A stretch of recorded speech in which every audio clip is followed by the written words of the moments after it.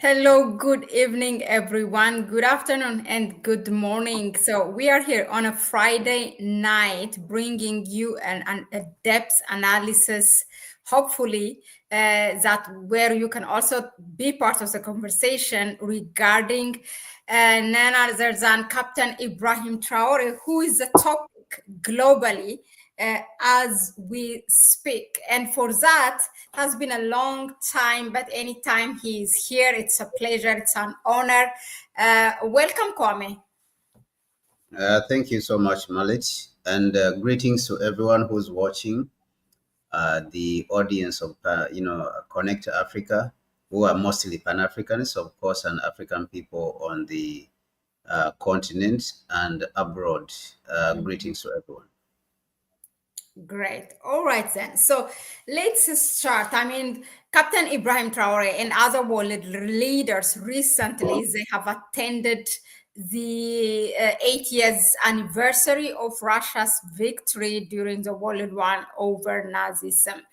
And he was, his visit was very much successful, and he was the topic globally. Just before that, also on April 30, there was this global rally in support of Captain Ibrahim Traore. After the African commander accusations, the false accusation against the president of Burkina Faso. Now, after that the global rally in support of him in beginning of May, we have come across two big, I would say, online media actually against, like, a kind of attacking. For example, the one is the Council on Foreign Relations of the United States, with the title "The Cult of Traore," and then also the African Report. It's owned, actually, I just read before I come, and it's owned by Jeune Afrique of France. And the Africa Report also published this article saying that the digital cult of glorifying Ibrahim Traore. Anyway, reading those articles, kind of, we know that who owns it and what motivates them and what is the goal, but it makes us in a way that to stop and check ourselves. Are we really carried away with this, Captain Ibrahim Traore news every day as a Pan-African platform? Because one of the things that the Council on Foreign Relations talk about is that particularly it is the African diaspora. It's not Africans at home, like, let alone the Burkina Faso, the Burkinabe people, who are talking about more Captain Ibrahim Traore, who, this African diaspora sitting from the comfort of democratic country in the West. They tell the Burkina Faso people, or for the country to be led by a dictator, things like that. Anyway, what I want to bring is that I want you to give us an analysis. Who is Captain Ibrahim Traore in, the views in the world? How is he seen or perceived by Africans, the Burkinabes themselves, the African institutions like ECOWAS and the African Union, and those imperialists, the media? From those point of view, I would like us to look at it. So to start with, do you think that all these Pan-African platforms on social media are just getting carried away with the hype of glorifying Captain Ibrahim Traore? Is it, how do we balance check what is, what is being said by him, and what are the things done, and what do the Burkinabes themselves say about him? Let's start with that. Okay. Thank you very much, Mahlet. I think you have even partially addressed the topic that we are discussing today, of course, which is Captain Ibrahim Traore, and he has made a lot of news. He did not actually, for us to back up a little bit. It's not today that Captain Ibrahim Traore is making news. He started making news way back. when he took power. And first of all, even actually, especially when he has gone to Russia, he has made a lot of news. I remember my first time to be the first time he caught my attention is when he went for the Russia US. No, it is the Russia Africa summit, Yeah. which happened. I think it was in St. Petersburg or something. I've forgotten the city in which it was in Russia. Yeah. And in that particular summit, which was the Russia Africa summit, he asked a question even before the heads of states. All of them were sitting there. They had the African heads of state, and many of them you could see that they were very uncomfortable. He asked a question that why is it that we have all these resources and yet we are poor? We Africans are called poor. We are abused, and none of them could give us an answer or could respond to that question. The person who tried to respond to the question which Ibrahim Traore raised, it was President Museveni of Uganda, is the one who tried a little bit to address his question. And he said that Museveni said that the issue was trade, the unfair trade, because he pointed out that Uganda, for example, or coffee growing countries of the global south are earning about 2 point. No, he said African countries are earning about coffee growing African countries are earning about $2.5 billion out of an industry of $460 billion. And countries like Germany, which are not growing any coffee, are earning so much, from coffee. So he pointed to Ibrahim Traore and he said that this is the problem. He called him this our younger soldier who is been asking questions, that this is the problem. But when you look really critically, I would not like Ibrahim Traore, which I suspect he also did not believe what Museveni said. I would not like to believe that the problem is trade, is the trade itself. Okay, but of course, this is a topic for another day. The topic today is strictly Ibrahim Traore. So that is the time in which he started, raising, uh, uh, you know, or attracting people's attention during that, Russia Africa summit. I think it was 2022 or 2023. I think it was 2023. Russia Africa summit. So when it comes to the things he has done, they are clear. They are clear for everyone to see. Number one, the expelling or the expulsion of the French military from Burkina Faso.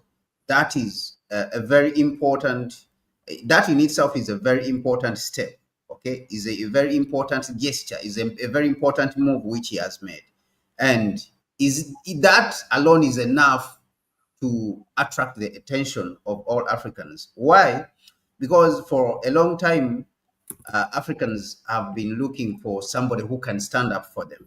You remember here when President Akufo-Addo, former president of Ghana, that when he came to power and he started talking tough against the imperialists, how he was saying that Ghana beyond aid or Africa beyond aid, we don't need aid and all these things, that Africans were very excited during that period that somebody at least is speaking for us. So we are sort of like, as Africans, not actually only, not on the continent only, but even in the diaspora, African diaspora, or the so-called people of African descent. That is why you see that African Americans included right now, they are very excited about Traore. Why? Because we as blacks, we have been abused psychologically. We have been abused at every level. And we have sort of been left that there's no one to speak for us. Okay, so when you see Africans excited both on the continent and in the diaspora, people of African descent excited about this, what they are demonstrating is that the leadership which has been existent or which is existent on the continent is insufficient, is not doing what is expected of them. What is expected, what the African people or black people globally are expecting from their leadership is not what is being done. They want something, they want somebody, they want a leader who is going to stand up for them and defend them against the whites. Okay, because black people have been abused for a very long time. No one like stands up and speaks for us. So when people are in this kind of position and they are seeing in the Chinese, for example, they cannot be abused like that. You cannot speak against China. You cannot abuse China. You can see what President Xi has demonstrated, even with this, tariff war which Trump started. That President Xi stood, and all of them, the Chinese diplomats, the Chinese leadership, has said that they will not accept bullying, and they have gone out all around the world. President Xi, when he went to Southeast Asia, visiting Vietnam, he said they will not accept bullying. He went to Russia, he said they will not accept bullying. They are calling the United States a bully. Now, he invited the leaders of South America to China, and he said that they are saying the same thing. He said that they will not accept, bullying. If the United States wants to act in a bullying way to try to push China around, it will not get what it wants. So we as Africans, we have sort of been looking for somebody like that, somebody who will speak for us, somebody who will defend our image as a people, just like how the Chinese are being defended. They are proud now. The Chinese are proud of their leadership. So regardless of the outcomes, whether Trump puts tariffs, but even we are seeing that because China was able to stand up, because President Xi and the Chinese leadership was able to stand up, the Americans were able to capitulate and roll back the tariffs, which they have, the taxes, the tariffs which they have put on the Chinese goods. So this shows respect, that the Chinese now are gaining more respect. So when you see Traore expelling the French military and what they're calling actually even nationalizing of gold in Burkina Faso, which is not nationalizing. Actually, they used Burkinabe money to buy out these foreign companies from Burkina Faso. They did not just nationalize. Nationalizing actually, in many cases, means that a government takes over the resources by force. But actually, what Traore did is that they have increased the stake, the Burkinabe stake, in the gold mining by using their own money to buy out these companies. And this is something which also Saudi Arabia did. All right? Because initially, Saudi Aramco did not belong to the Saudis, did not belong to Saudi Arabia. It belonged to the Americans. But these guys, they bought it out. They bought out Saudi Aramco and it became theirs. So this is the same thing which Traore has been doing. So all these gestures, you look at the roads. Wodimaya was recently in Burkina Faso showing roads, showing the things which are going on over there. Agriculture is being, enhanced. People are growing their food. Okay, pride. We have sort of been stripped. We as Africans and Black people globally, we have sort of been stripped of our pride with the help of our leaders, with our so-called leaders, because they keep quiet even when they abuse Africans. These guys keep quiet. They don't say anything. So when we get something, or when we get somebody like that, like Captain Traore, who is willing, like, to defend our image as the people. So this is not about dictatorship or authoritarian or about what, or people being overexcited or having misplaced excitement, but it is in itself, it is emotional, it is about respect, that at least for once, since in the Nkrumahs and the Patrice Lumumbas, at least for once, somebody has come up like to stand up for us as a people. And this is what people, and it is not, actually, I differ from people who say, oh, it is so-called worship and so-called hero worship and all that, okay, they are worshiping one man, stuff like that. It is not about that. This is about respect, which has been denied of us for a very long time. And so if one person is willing to stand up and defend that respect, or, to restore that respect, like what Nkrumah said during 1957 when Ghana was getting its independence, he said that we are going to create our own African personality and identity. All right? So what Nkrumah was asserting, what he called the African personality, is that we have an identity. We don't need to live in the image of another person. We don't need to live in the image of France. We don't need to live in the image of Britain, or we don't need to live in the image of the Arabs. Right? So this is what Nkrumah was talking about. Now, ever since the Nkrumahs, who were really proud to be Africans and Blacks, there has not been really leadership, apart from the Sankaras, the era of the Sankaras who came in after the Nkrumahs have gone. You know, Nkrumah's generation, the Haile Selassies, who were really very proud, that generation, the Lumumbas, who were really very proud people, all these leaders, when they left, it's like this generation of leaders, the Akufo-Addo groups, everything the white man tells them, they do. If it means punishing their own people, they punish until the people resist. That you cannot continue to punish us because the white people have told you punish us. You can see what happened with Ruto. That because the white people are telling him punish your people with these taxes, he comes and punishes. So there's no pride. Like he cannot sit back and defend his own people and say, no, these things cannot pass. These things, we cannot do these things.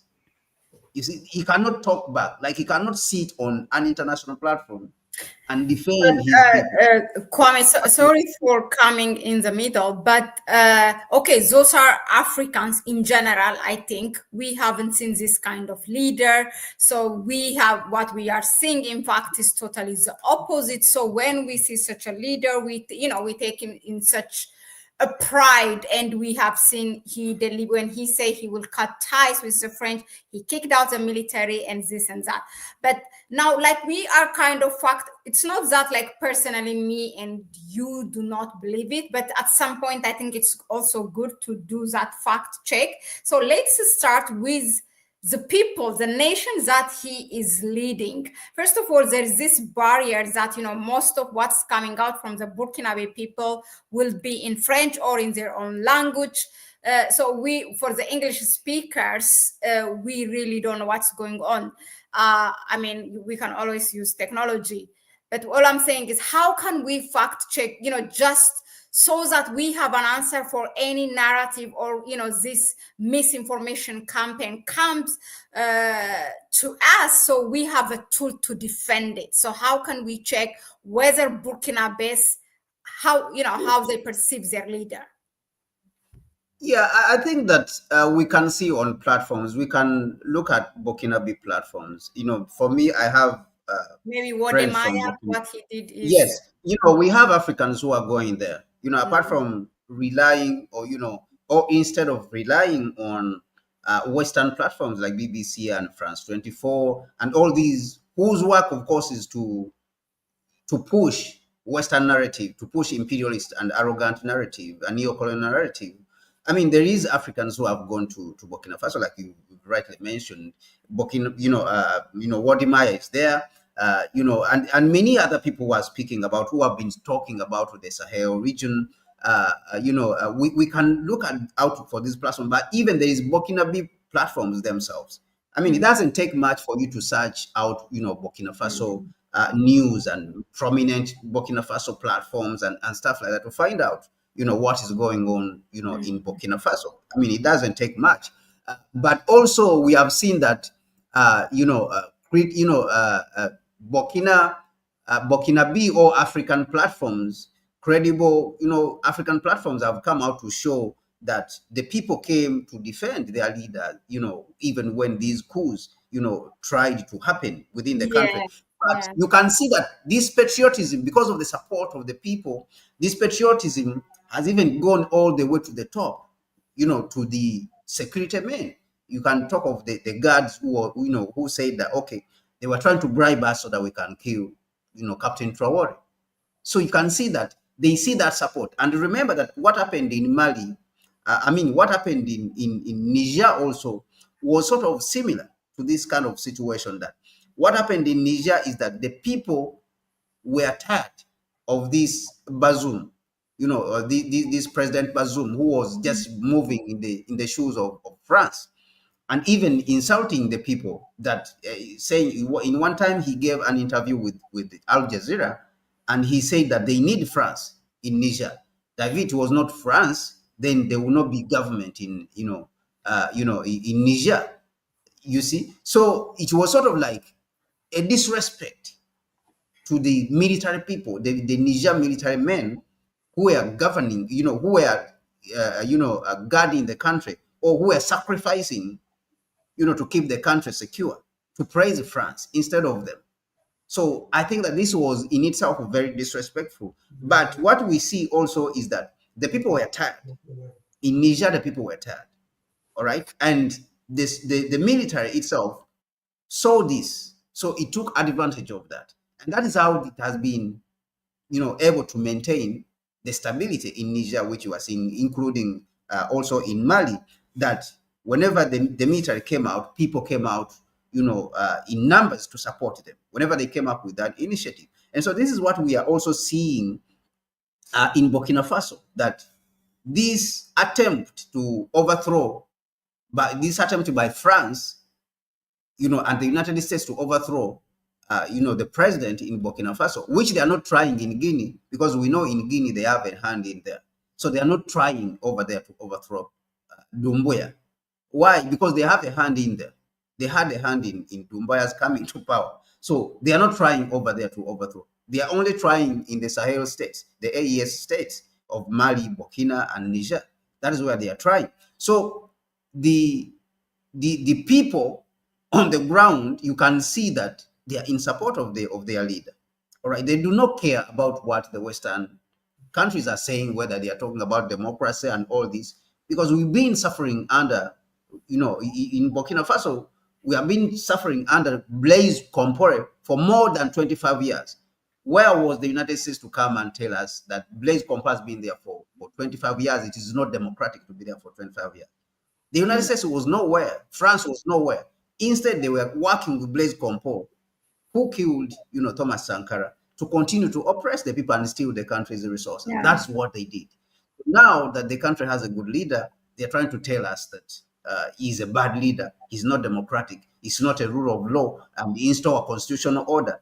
Where was the constitutional order? Where is the constitutional order in Ivory Coast when Ouattara added himself a third term, when it was supposed to be 2 terms? Where was the United States and France? They didn't do anything.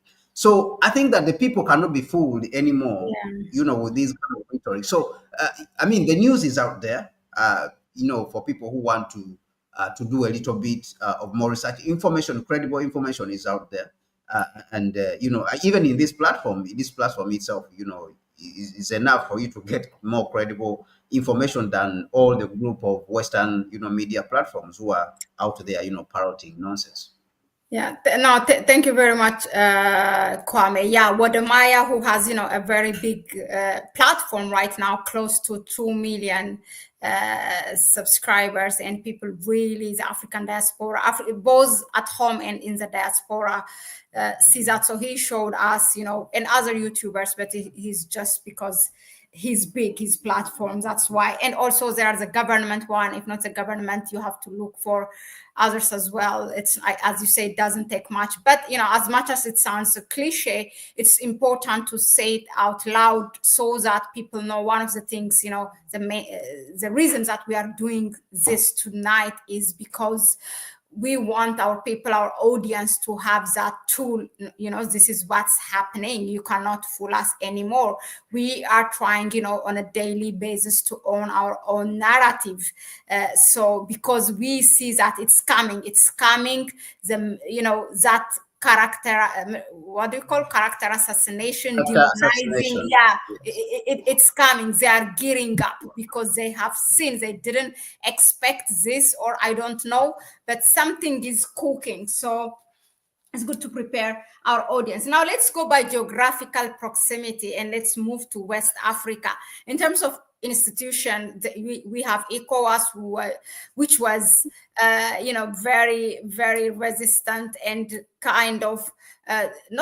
they sanctioned at that time when the last coup happened, or the revolution happened in Niger in 2023. They came out they passed a statement, they sanctioned all the 3 countries, this and that. But after that, a lot has happened. 2025 May, countries have started already to reboost their bilateral relation.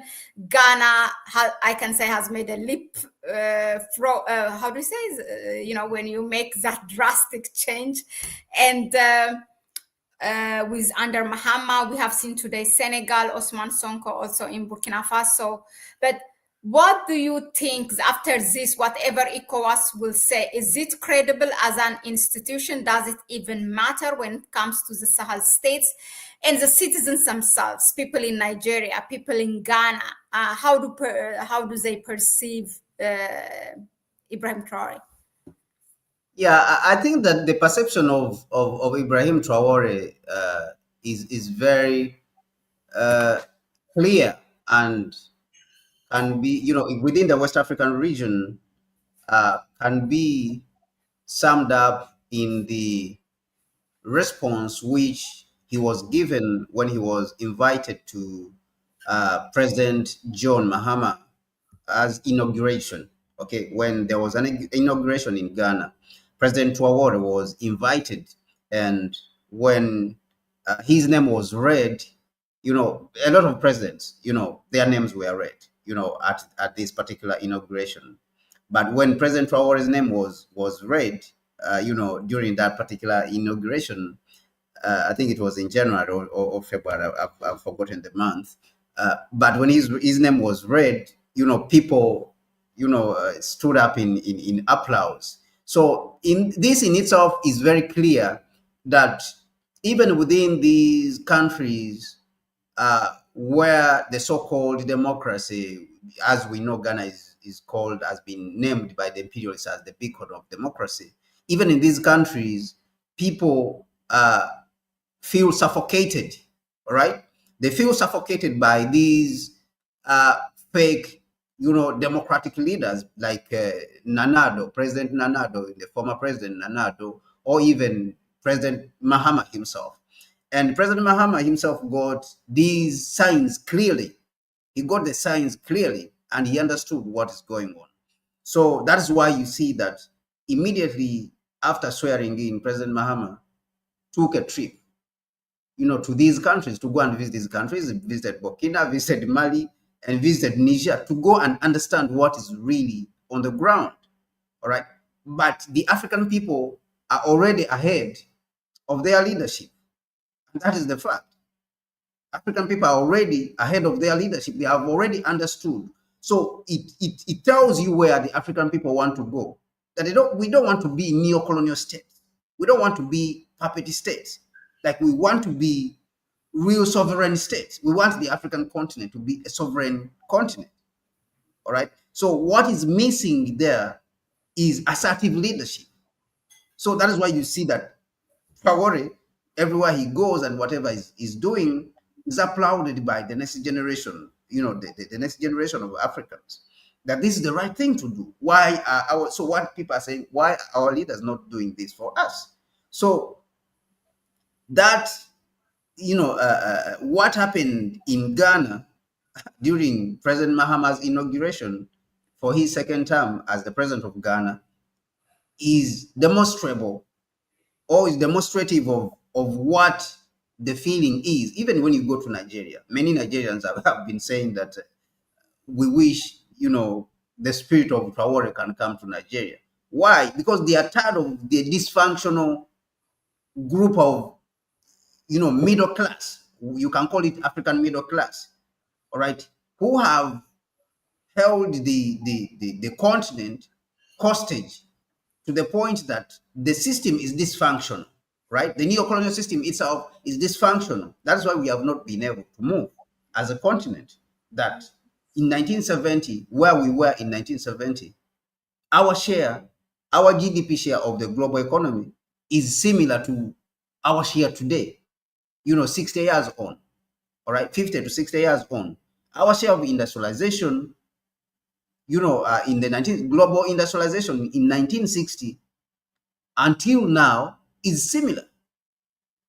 So it shows you that these guys are defending a system that is not serving us, a system that is against us.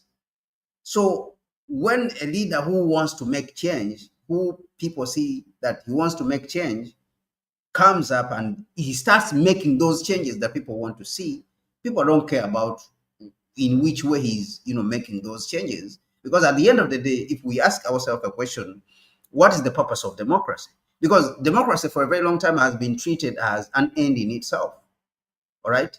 It is an end in itself. It is not something that is taking us somewhere, but it has now been treated as an end in itself.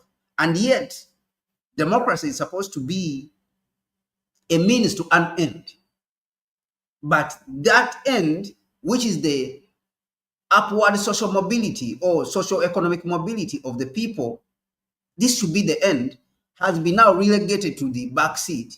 Now, the democracy, which is supposed to lead us there, and which we should change if it doesn't work, so that the means, which is our improved lives, is upheld as the top, it has been thrown at the back. Now, democracy is the one which is the end. So this is the problem now, that the West has, this is the disservice that the West has done to us, and which our African heads of state and leaders have acquiesced to. They have agreed to this for a very long time. So I think that it is very clear when you go and ask the people, even you ask people on the street, whether it is students, and I know you spoke about the Council on Foreign Relations in the United States, which is a think tank in the United States, which is a neo-colonial think tank, neo-colonial think tank. I should add that this is a neo-colonial think tank whose purpose is just to protect the imperialist interests, which is exploitation of the poor and enriching of those ones who already have, giving to the already haves. What it says that Africans are excited, even intellectuals. I mean, it is an attempt. This in itself is an attempt to diminish Africans, the interests of the Africans, or is an attempt to erase, Africans as human beings. It is to say that we, the West, we are the ones who decide for you. So what we decide, you should accept it. You cannot have independent interests. You cannot have sovereign interests as Africans. It is the West which should decide for you. So if we say this is the interest which you should accept, then you should accept that. And therefore, if you are saying that you like Taore as Africans, then we have a problem with that. It is wrong. It is wrong to like Taore as Africans, because you are not supposed to have sovereign interests as Africans. You can only be in the shadow. You can only be in the shadow of the West. So that's basically what they are trying to say. That's what they are trying to do. You see, so, but I think that Africans all over, in West Africa, it is very clear. It's very clear that they are, excited. And this is where we want to go. All of us want to go, that we want to go in the direction of a truly sovereign and independent, African continent. Yeah, thank you on that, Kwame. And in fact, just to strengthen what you said, how people perceived him, and you brought the example of how, Ghanaians at that time who attended that presidential inauguration, honored Traore when his name was called. It is the leader, it is the head of state or whatever, the government leading the people. But I think what's happening now in West Africa, or even to the rest of the continent, is that the leaders or the heads of states are following their people, because they have seen where the eyes and the ears of their people are. So if that is what they are following, like leadership, like Captain Ibrahim Traore, sooner or later they might come at us. So let's adjust ourselves. That kind of situation is going on, I believe. So it's like changed for the government to follow the people, kind of. Yeah. So the other thing is that what Mahama's visit to the Sahelian states, the ES states, revealed, and I want to add so that I can put a little bit more light on your question on ECOWAS. Mm-hmm. What is the situation in ECOWAS now? What is the position of ECOWAS, and where does it stand currently? So even acceptable if it says anything after yes. this?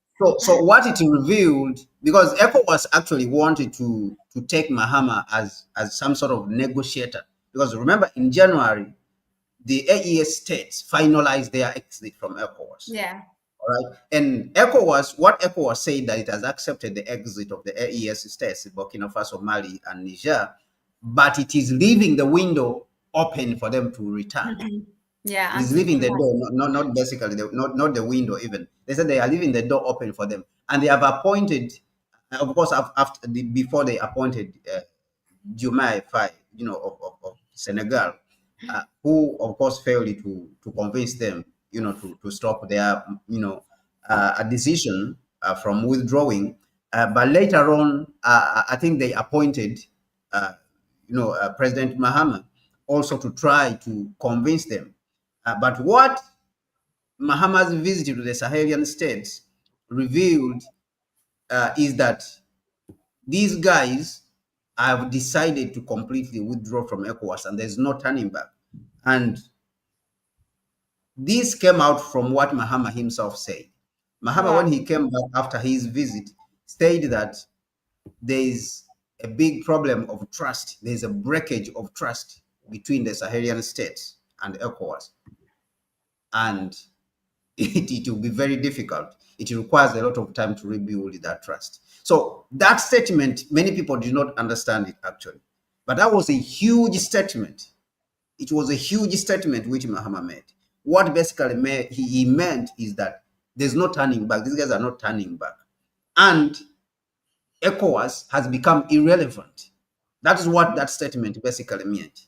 And President Mahama in Ghana, I believe he knows that very well himself, that ECOWAS has become irrelevant. And many of us spoke about ECOWAS, how it is going to become irrelevant, and how it has become irrelevant with the defeat. Their defeat, the fact that the Sahelian states were able to come together and say that if ECOWAS, attacks one of them, all of them will respond. And during that period, ECOWAS failed to attack because of fear. They failed to attack because many people predicted that there's going to be a huge war within West Africa if ECOWAS dares to attack, Sahel. Many Africans were saying they are going to jump on, and go and fight, with the Sahelian states, fight against ECOWAS.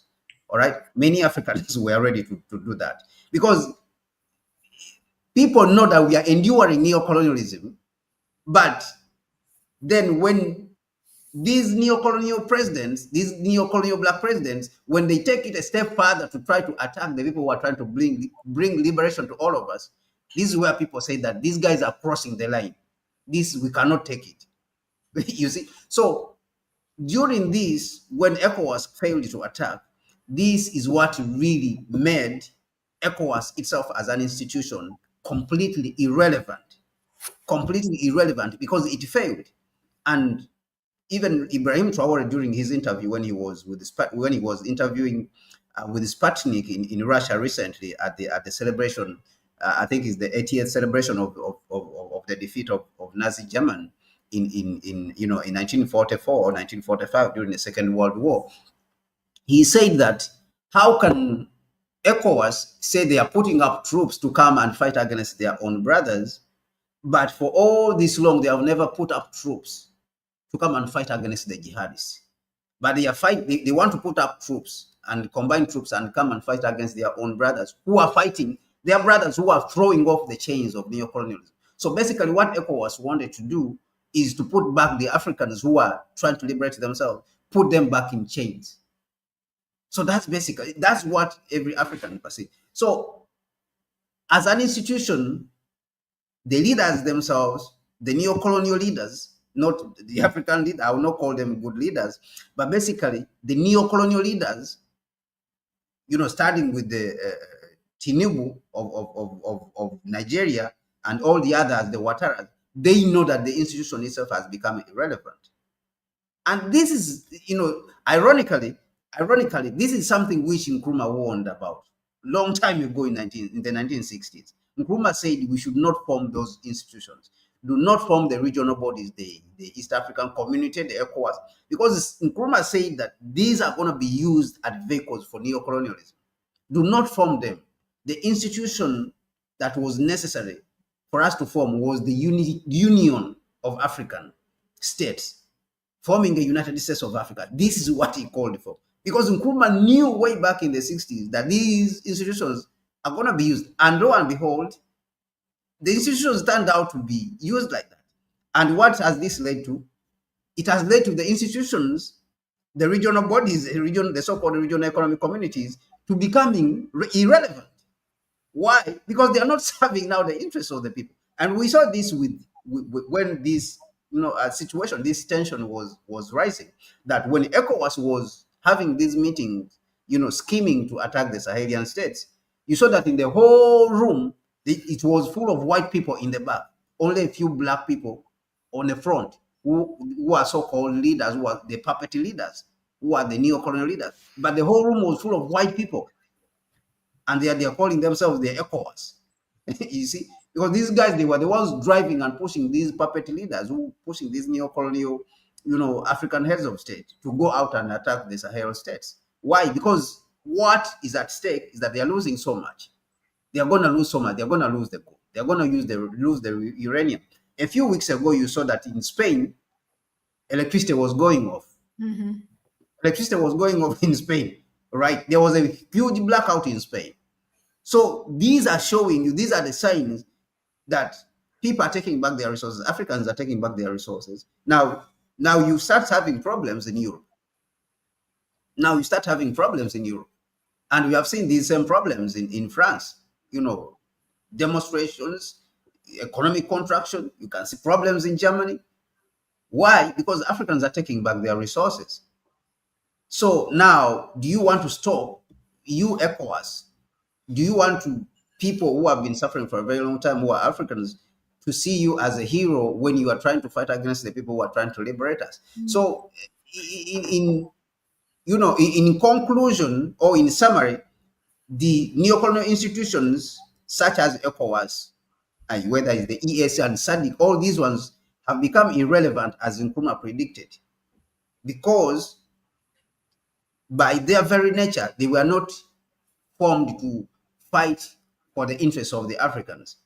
But unfortunately, sad to say, even after half a century or 60 years for that matter, even the Organization of African Unity, now African Union, also exposed itself to be irrelevant, as we have seen, when people are so much into what's happening at the AES, the AU just as usual by the corner and saying nothing except sanctions. Yes, sanctions and empty statements. So it is because even in the AU itself, the AU which was formed, or the OAU which was formed, is not in the form of what Nkrumah envisioned. All right, and the real Pan-African fathers, what they envisioned. The form of the organization that was formed as the OAU in itself is what is called a compromise. It was called a compromise. Why? Because the union government is what was supposed to be formed, not a loose organization of African states. Because what was formed in 1963 was a loose organization of African states. Right? It was not a government. What was supposed to be formed was a government of African states. Ministers were supposed to be appointed there. People were supposed now to take on the status of governors, right? So this was the structure that was supposed to be formed. So that's why the AU or the OAU also went in the same direction as the regional bodies. So there's no really difference between the regional bodies, the regional economic communities, the ECOWAS, the EAC, and the SADC, and all these. There's no really difference between them and the OAU. Actually, what they are doing is the duplication of activities. Mm-hmm. with the AU. It's just a duplication of activities if you examine, because they are not really doing anything tangible. Like, okay, show us as the AU what is the major 2 projects you have accomplished on infrastructure projects you have accomplished on the African continent. Like, they can't show it. Yeah. Which are transformation that these projects are going to transform the continent and take it, into the next century as a competitive continent. It is plans on paper, Agenda 2063, all these things, but nothing is being done really on the ground. It's the same thing with the East African community. It's the same thing with the SADC. It's the same thing with ECOWAS. Things are always being spoken about, but nothing is being done about what is being spoken about. Yeah. Thank you, Kwame, for that. Just to remind you to our audience, today we are talking about what we call fact checking on Captain Ibrahim Traore. What are the people saying? People in Burkina Faso, in the Sahel, people, in the neighboring countries, in the continent, the African diaspora, and, those who are kicked out, the imperialists, the US and France. Now, we have talked about so far the Burkina Faso and the Western African countries and ECOWAS as an institution and even AU. Let's go to the African citizens versus the African diaspora. Now, in this Council of, because I find it interesting in a way, Council of Foreign Relations, which is the mouthpiece of the US government, the writer, this is what is published. Okay, I'll just read in an extract. To be sure, not all of the apparent support for Traore is homegrown, never mind genuine. The role of the Kremlin in propping up Traore as the arrowhead of a digital onslaught on liberal democracy and associated Western values in Africa has been well documented. Still, Moscow aside, there is enough evidence that for some Africans, Traore fulfills a certain salvific yearning, one apparently unmet or unmeetable, question mark, under the auspices of liberal democracy. Oddly enough, some of Traore's most fervent backers are Western-based actors whose passion for Africa tends to exceed actual knowledge of the region, whose concern for the welfare of Africa never extends as far as holding Africans and African leaders accountable for their actions, who automatically sign up for any cause so far as it bears an anti-Western label, and who irresponsibly preach dictatorship for Africa and from the safety and comfort of Western capitals where their lives are secured by the same liberal regime they typically denounce as alien to Africa. Now, the same thing also said more or less about African diaspora in the African report. And both these articles were published in 2 days apart. And both are owned. This one is for the US. The other one is owned by the Africa report. It seems for Africa, but it's, don't be fooled, it's owned It's by really not Jeunesse African. of Yeah. France. Okay. Yes. So we know what is behind. But even that apart, still, that aside, do you think that it is more the African diaspora who are into talking about Traore every day, and as to use the term from the Africa report, glorifying Captain Ibrahim Traore more than the Africans at home, meaning in the continent? If so, why? I tend to believe, I think there's something within the African diaspora, even our, great leaders, Pan-Africanists, like, for example, I was talking about it the other day when Thomas Sankara, he was in the United States at some point. Was it in 84? Am I right?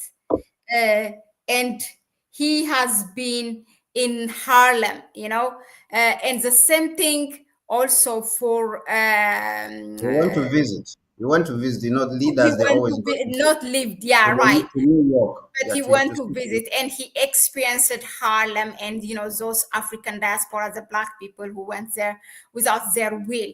And it was after that, actually, which we don't know so much about, he established the Institute for Black People, now which Traore just a day ago has recreated it, and they are working on it, because right after that Thomas Sankara was assassinated, and the organization Blaise Compaoré completely erased it off. Also, the Ethiopian World Federation, which is established by Dr. Melaku Bayan, who was sent by the emperor, to in the US. It was after his experience, particularly he studied in Ohio, but he was much after that for most of his life in Harlem. He founded that Ethiopian World. When it comes to Pan-Africanism, am I fantasizing? There is so much fire within the African diaspora than Africans at home. The ones at home are more longing to go outside of the continent. So what do you say about this? Yeah, just I'm everywhere, but you know exactly what I wanted to say. Yeah, first of all, I think you're not mistaken. First of all, I think you have to remember that Pan Africanism, as we all know, started from outside. Africans in the diaspora. And the same for Kwame Nkrumah as well. He was in the Yes, United States, and yes, that kind of contributed yes. to the whole thing. Yeah. Yeah, so most of the I'll come to that. I'll come to that actually. Africans in the diaspora, even before Kwame Nkrumah. I mean, we can talk about Africans who had a direct, connection with the continent. But when you're talking about people like Marcus Garvey, Sylvester Williams, all these are Africans who were not really born in the continent, but these are people who drove Pan-Africanism and the liberation of Africans, all over the world. People like Marcus Garvey never stepped on the African Is the continent. saying Africa should be born in you comes from Yes, that, perhaps, which yes, I never understood. yes. I think that one comes from Nkrumah, who said that Yeah. yes, you are not African. I'm not an African because I was born in Africa, but because Africa Okay. was born in me. Yeah. But of course, Marcus Garvey was almost in the same spirit. But there's many other Pan Africanists from the United States, from the Caribbean, who drove Pan Africanism. They actually created that sort of African consciousness, Pan African consciousness, for the liberation of the African continent. Started away from outside. So it is not being out of touch with the reality, or it is not being mistaken that you look at it that Africans in the diaspora have so much fire within them. And on the other side, it can also be said that the African heads of state who have never lived outside this African continent do not really have strong foundations of Pan-Africanism, who have never visited uh, the conditions of African diaspora to see and live with them. They have not really been able to grasp what really Pan-Africanism is. They have not been able to connect. They have not been able to connect with the spirit of the diaspora, with the African diaspora, and really understand that we are one people. All right. So people like Nkrumah, who lived with the African diaspora in the United States and lived in those places like Harlem and all those places, they were able to understand what really imperialism means, what colonialism means, that the way we are being treated on the continent is actually the same way they are treating blacks in the United States. So it was the other leaders who have not lived in these conditions that did not really understand these kind of conditions. So when you see the diaspora, being so much is historical. This is historical, first of all. That's the first point that it brings out. Number two, what it shows you also is that What is historical again? What's happening in the Sahara? what is historical is that Africans in the diaspora have always wanted Africa to be free, and they have always Yeah. or they have always fought for the independence of the continent and Yeah. freedom of the continent.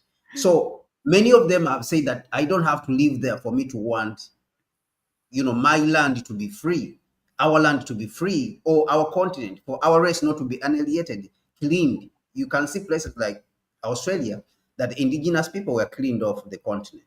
Because remember that if they clean off the African people from the continent and they kill all of them, they remove them, I mean, the next thing is for you, the Africans who are in the diaspora.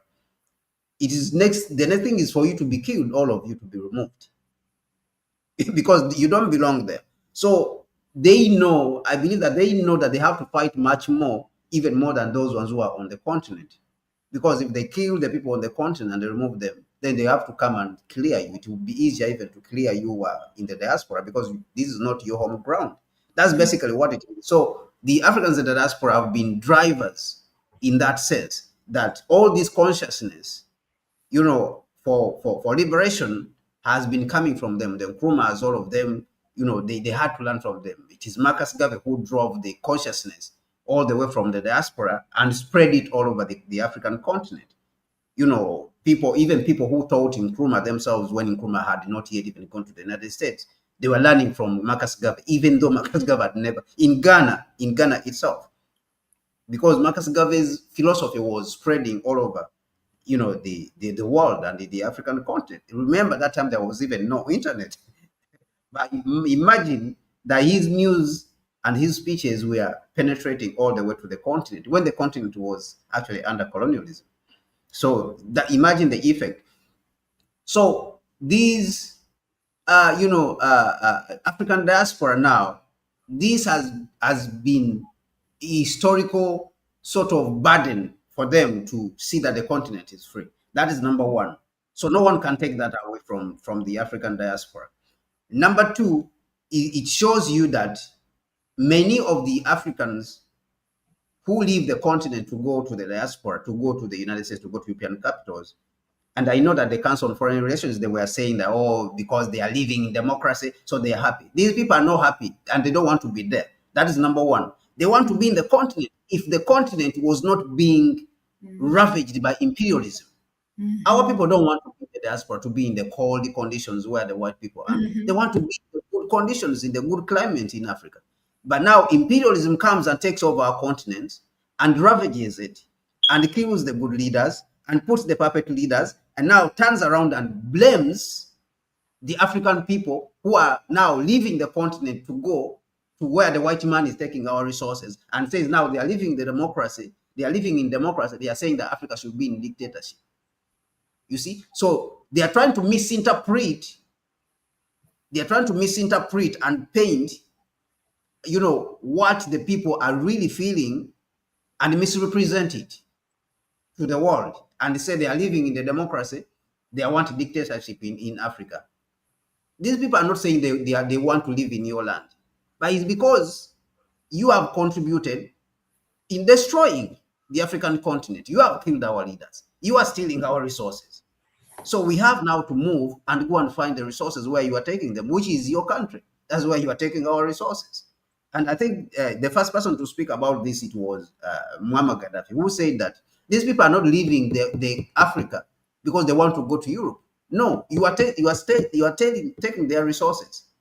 So they are following the resources.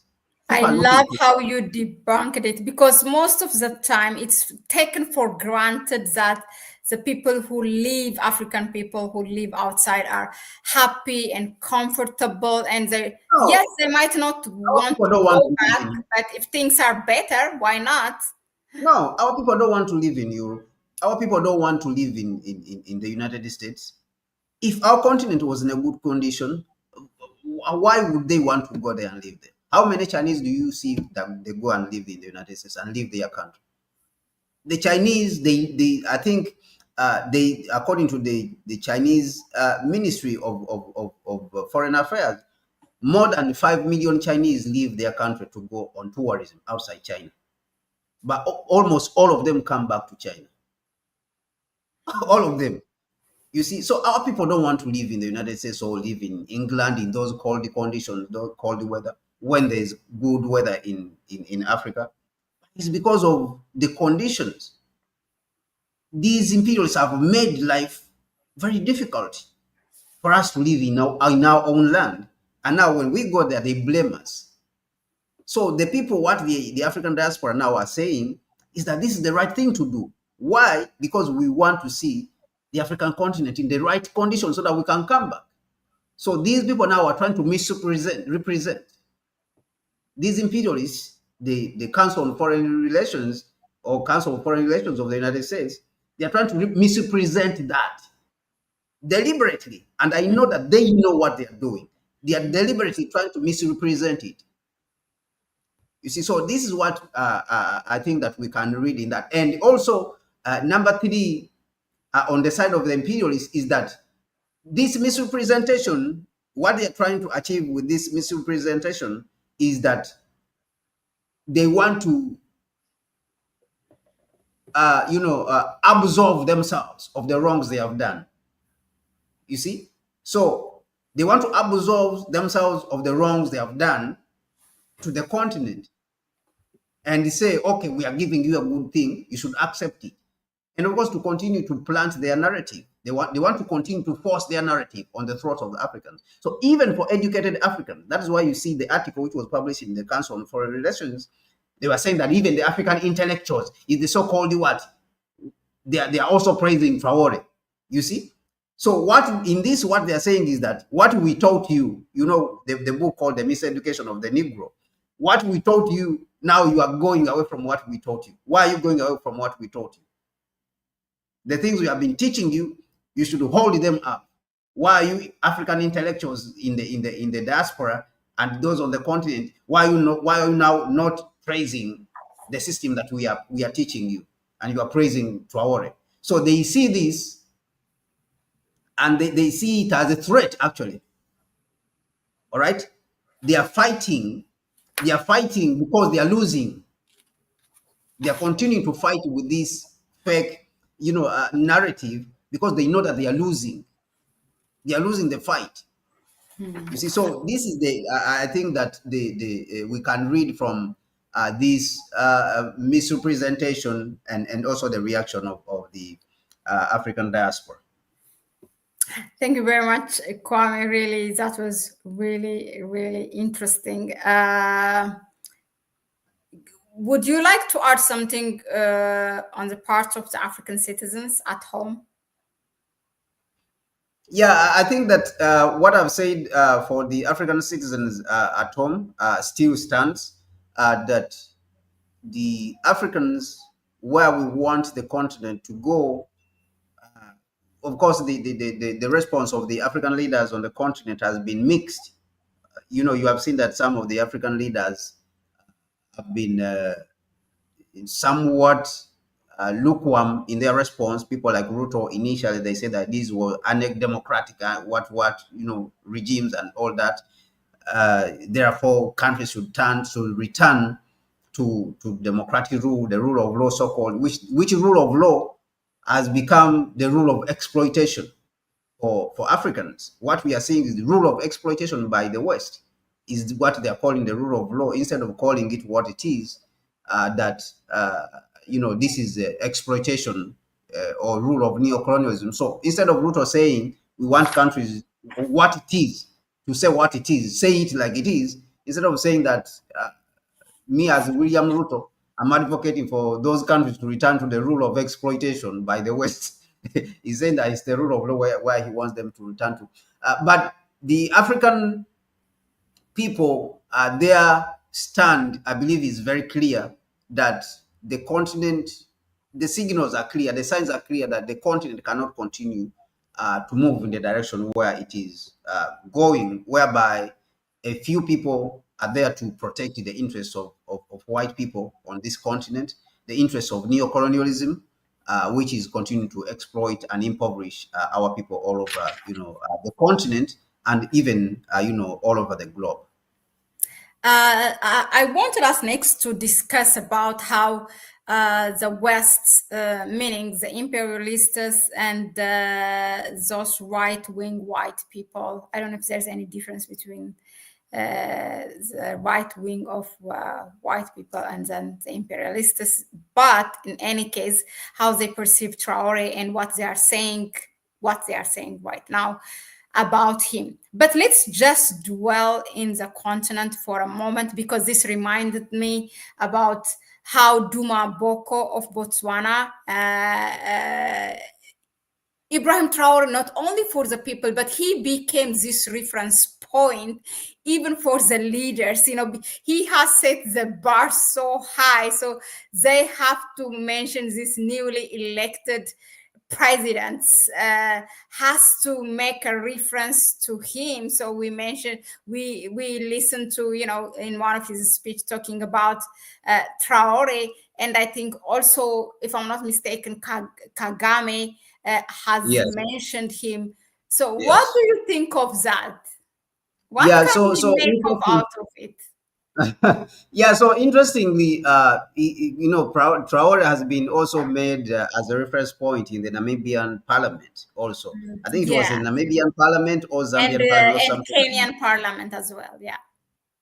Yeah, so what this shows actually is that we are going in the wrong direction, and many of these heads of state know it, but many of the heads of state have let uh, being cowards, cowardice, overtake their judgment, and their own interests have sort of boxed them into that box of cowardice, of fearing, because basically cowardice, towards who? It is towards the West, because they don't want to die and all these things. They cannot sacrifice. All right. So there's a mixed picture now that we are seeing. But there's also what we are seeing is that the, the, the, the miseducation is real. That's one thing also which we cannot, uh, uh, uh, say it doesn't exist. All right. We cannot take lightly that the miseducation is not working. Many have believed, like if you look at Akufo-Addo, who has not done anything, who did not do anything for Ghana as a president. If you look at him and how he was talking about this so-called democracy and Western system, it shows you that he really believed in it. All right? He believed in it. And this is the danger now, that he believed in this Western system so much that he was convinced that it will work, to the point that he came to power and he did nothing for the country. Right? Because he really did not understand how this system works. He doesn't understand. He didn't understand. And you could see this in, at the very moment when he became president, that he said, Akufo-Addo said himself, that it is not right for Ghana's economy to be owned by foreigners, for Ghanaians to be outside the main drivers of the economy. What are the main drivers of the economy, for example, in Ghana? Oil, gold, cocoa, and the financial sector. All these four sectors, they are owned by foreigners, foreign banks. The gold, the main export, the major export in Ghana is oil and gold. All of them are owned by foreign companies from Canada, from the US, from Britain. So Akufo-Addo noticed this, but did he do anything about it? He did not do anything about it to change this poor structure, this structure which is stacked up against the people. So this shows you that this man was convinced from the very beginning, when he was coming to power, that what he believed is democracy is really democracy. It works. So this is why I say that we cannot underestimate now the miseducation that is going on. Apart from the cowardice that we have, that many of the leaders don't want to sacrifice for the African continent, but know the problem. They know that imperialism is killing us, is exploiting us. It is sucking the blood. It's a parasite that is sucking blood out of our bodies, that is killing the African children, is denying us of infrastructure and medicines in the, in the hospitals, and denying us roads and good infrastructure, and improve the lives of living, improve the lives. It is denying us. They know this, but they don't do anything about it. They leave everything as it is. Why? Because they think that the United States is very powerful, the Europeans are powerful, or the white man is powerful. It cannot be touched. All right. So, and then there is those who want to do something about it, but somehow it's not enough. All right. They don't have enough power. All right. And I think that is where people like Kagame come in, because they feel frustrated that why are we not coming together and responding to these problems? Why are we not coming together and confronting the exploiters? So that frustration, then that is where you see it comes out in people like Kagame, who says that now it is time for us to do this. It is time for us to do this, right? Because he sees the colleagues, these ones who are completely miseducated about the system, which they believe that it works and it is not working, and those ones who know what to do, who know what should be done, who know that the system is exploiting us, but they don't want to do anything about it, or they fear the white man. All right, or the white man will kill me, or the white man will do this to me, or the white man will, will overthrow me from power and stuff like that. So that frustration, that is what comes out in people like, Kagame. You see that he's saying the things he's saying because he would want to see that, okay, let's come together and fight against this system. And then there's people who are completely confused, like Museveni. I believe that Museveni, people like President Museveni, is one of those who are completely confused because he also believes that this system works. As we have heard him talking about, demand and supply, as if he's the one who invented those things, as if he's the one who started that you have to sell a good, a product, and a service before you can become rich. You see? But he's somebody who has been at the helm of the country, Uganda, but he has not been able to fully develop it for 40 years. He's coming to 40 years now. He has not been able to develop the country. Lee Kuan Yew was at the helm of Singapore for 30 years and he was able to develop it from a poor country to a first world country. So people like that, they frustrate people like Kagame. You see? Because you are there, you are saying that something works, but something doesn't really, we know it doesn't work. And the reason it doesn't work, because you are weak.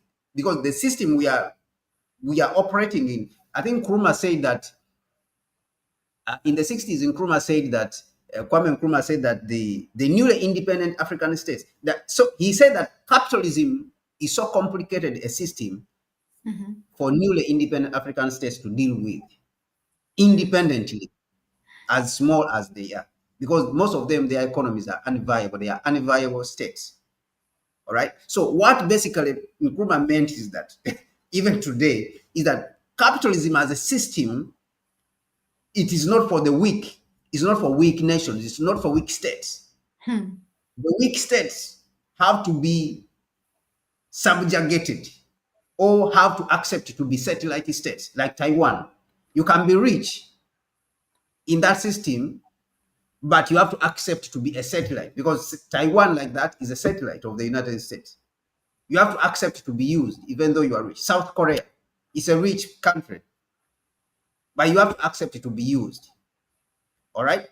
But these countries now are isolated. That's why they have been able to achieve this much success. Singapore, all right, is a city state. Now, in Africa, for you to accept it to be a satellite, and we have seen countries which have tried this, like countries like Ghana, accepted for a very long time to be a satellite of the United States. But the difference between Taiwan, Singapore, South Korea, and Ghana is that Ghana is part of a larger community, is part of a bigger continent, that even though you accept it to be a satellite, you can't grow the same way, even in South Africa, right? Even if it is South Africa, you can't grow to the first world level when you are surrounded by a sea of poverty, right? At the end of the day, these small countries are going, these countries who are around you are poor. They are going to overrun the small economy which has been developed. So that's why it has not been possible. And so this is the vision of Nkrumah, which Nkrumah was seeing, and saying that the capitalism is so complicated a system for newly independent African states to deal with it. So this is the understanding that people like President Museveni lack. He doesn't have it, because look at a country like Uganda. You can't fully develop a country like Uganda and say that I've developed it completely. Why?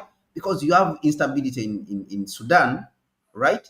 You have instability in Eastern DR Congo. All this is poverty which is surrounding you. So how are you going to develop Uganda to a fully, even if it's Rwanda, to a fully developed when you have instability here or you have poor people here? Because basically, Kampala, which is the capital of Uganda, is basically almost like the capital city of South Sudan. Even when you go to Kampala, you find a lot of people from South Sudan. Why? Because things are not good over there. So they find it that even Kampala is much better. It's better to go and live in Uganda than to live in South Sudan and live in Juba. And they don't move because they want to move from their country. But if the place was completely developed, they would not be moving. Is there something which we have been speaking about? If the continent of Africa was completely developed, Africans would not move to go to Europe. Africans don't want to go to Europe and experience that racism. Africans don't want to move to Europe and the United States and experience that bad weather and go and work in toilets and go and wash dishes for the white people. Africans don't want to do that if our continent was developed. So that lack of understanding of the capitalist system and how to play in it. Now, this is different from somebody saying whether the capitalist, we are not arguing whether the capitalist system works or doesn't work. But for you to play in it, you have to be strong. You can't be weak. And this is what Nkrumah was trying to say, that this thing of survival for the fittest is real. And therefore, we have to organize ourselves in form of a continent, as a race of people. We have to organize ourselves as a unity, not as tribes. Because after after slavery or after colonialism, we realized after colonialism that it was no more viable for us to organize ourselves in tribes and succeed. Why? Because the world has moved on. Even though our tribes, many of our tribes, we looked at them as nations. They were nations. In Africa, tribes are nations, right? But it was no more viable for us to organize ourselves in tribes. So Nkrumah was taking that thing a step further because he saw the future. Nkrumah saw the future and said, even the small states that we are talking about, they cannot compete, because he saw the emergency of countries like China, the emergence of countries like United States. Nkrumah saw the emergence of countries like India, USSR, Russia. And he said that Africa will not survive if we fragment the continent. It is not viable for us to organize our society in this kind of manner. Therefore, we have to organize ours. But even today, people like Museveni and all the other small, who are called regional warlords, I call them regional warlords on the African continent, they still think that they can build a small island on the African continent and succeed. So this is the problem that we have now. When you see people like Kagame frustrated and saying they are supporting Traore, or when you say, the president of Burkina Faso supporting Traore, these guys are just echoing that sentiment, Nkrumah's sentiments or Nkrumah's vision, and saying, why are we not doing the right things? Why can't we do something once? Why can't we say something and do it? Why? It's because we are hanging onto a system that we know it doesn't work, but we are hanging on to it because of certain reasons, such as fear, and of course lack of courage.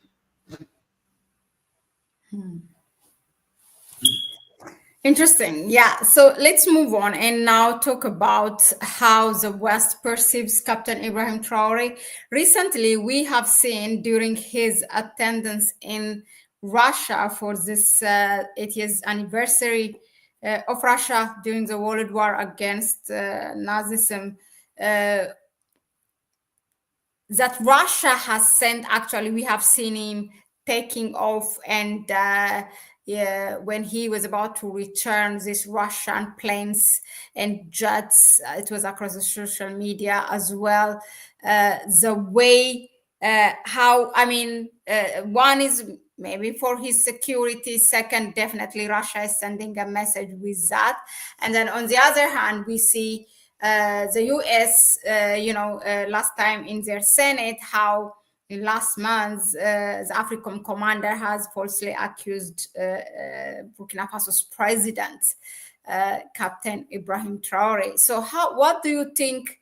How do they perceive him? Like, not perceive, but their view. What are they trying? We know how they perceive him. He's a threat for them, for the West, for the US and France particularly. And how are they dealing with him? What things should we expect and be prepared Yeah, if you can enlighten Yeah, us with it. yeah. So I think that Captain Ibrahim Traore himself has really prepared himself. As you said, we know how they perceive him. They see him as a threat, and hence the trials, the various trials to overthrow his government, because they want somebody who's going to submit. Everyone has to submit to the West. Everyone has to submit to Western elites. All right. If they want resources in a particular territory in the world, especially for the weak territories, they have to get it. And you have seen what they are doing to Ukraine.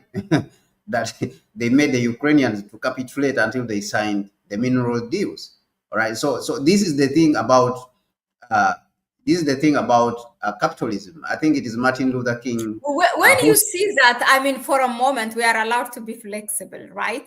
Uh, it just reminds me what happens to Congo, DRC, and then how they come as a negotiator with this transactional peace deal and make them sign for that. And if for Ukraine also, if you want to peace, it's just that Ukraine is much stronger than DRC. But what happened is the same United States approach wherever they see.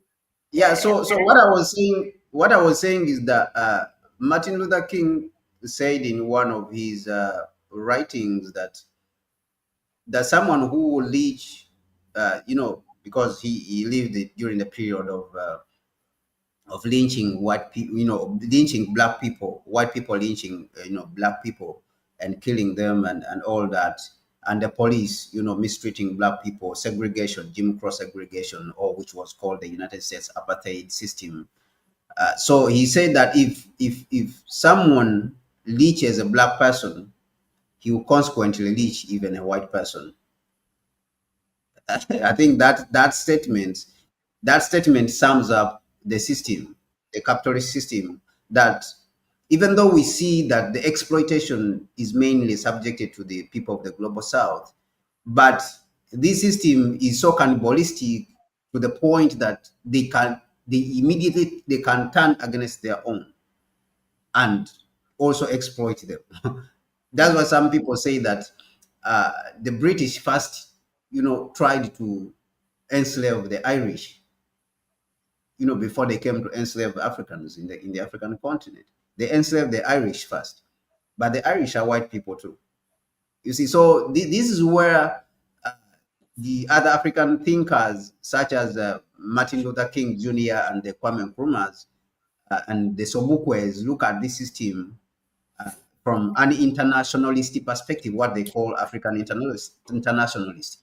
And people like Omalia Shitela, who's running an organization from St. Louis in Missouri, calls his philosophy African internationalist.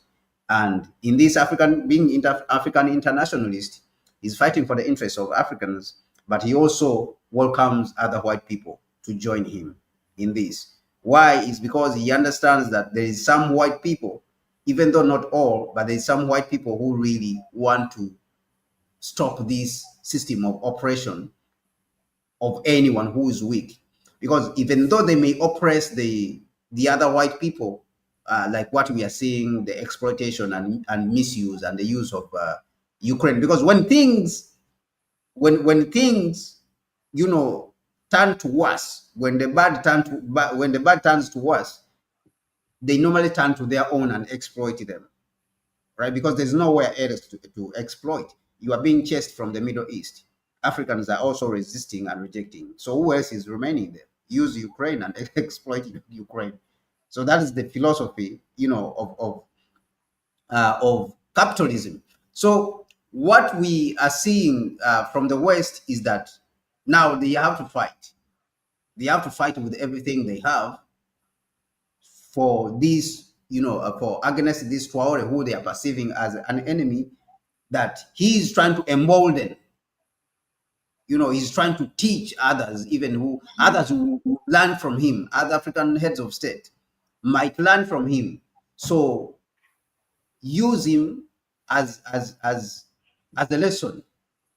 Use him as a lesson to teach others that you cannot You cannot respond to the West. You cannot stand up against the West. You cannot speak against the West. All right. So this is what we are seeing, that they're coming out with all types of tools against Traore.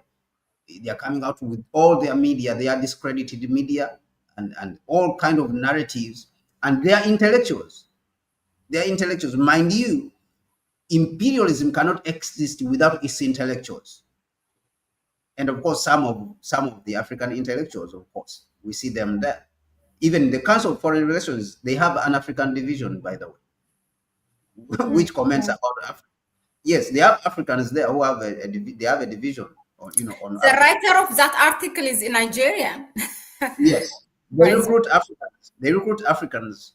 And there are 2,000 recruits, which are journalists by profession, yes, researchers, lawyers, yes. but they belong to the institute. So surprisingly, these Africans do not edit those articles. They just write and they submit to white people. The white people, they are the ones who edit the articles, and they remove anything which they think that is not for the interest of exploitation of these people, is not for the interest of the West. If anything, has a sign that it will make them look bad as exploiters, they will remove it from those articles. So they will put those names of Africans just as a face, as black face. But behind the articles is really white people who are writing those, imperialist white people who are writing those articles. So we see them using all those institutions against, Ibrahim Traore, because they see that what is at stake is the gold. What is at stake is sovereignty. And more so, this guy is going to teach others. The others are going to copy him, and we're going to be in trouble that we're not going to have anywhere else to, to exploit resources. Speaking of, just to add, behind that article, even if it's a name that look like African, it's mostly the white person who is edited. I don't know, because we have seen black people like many of our sellouts, who assassinated our leaders.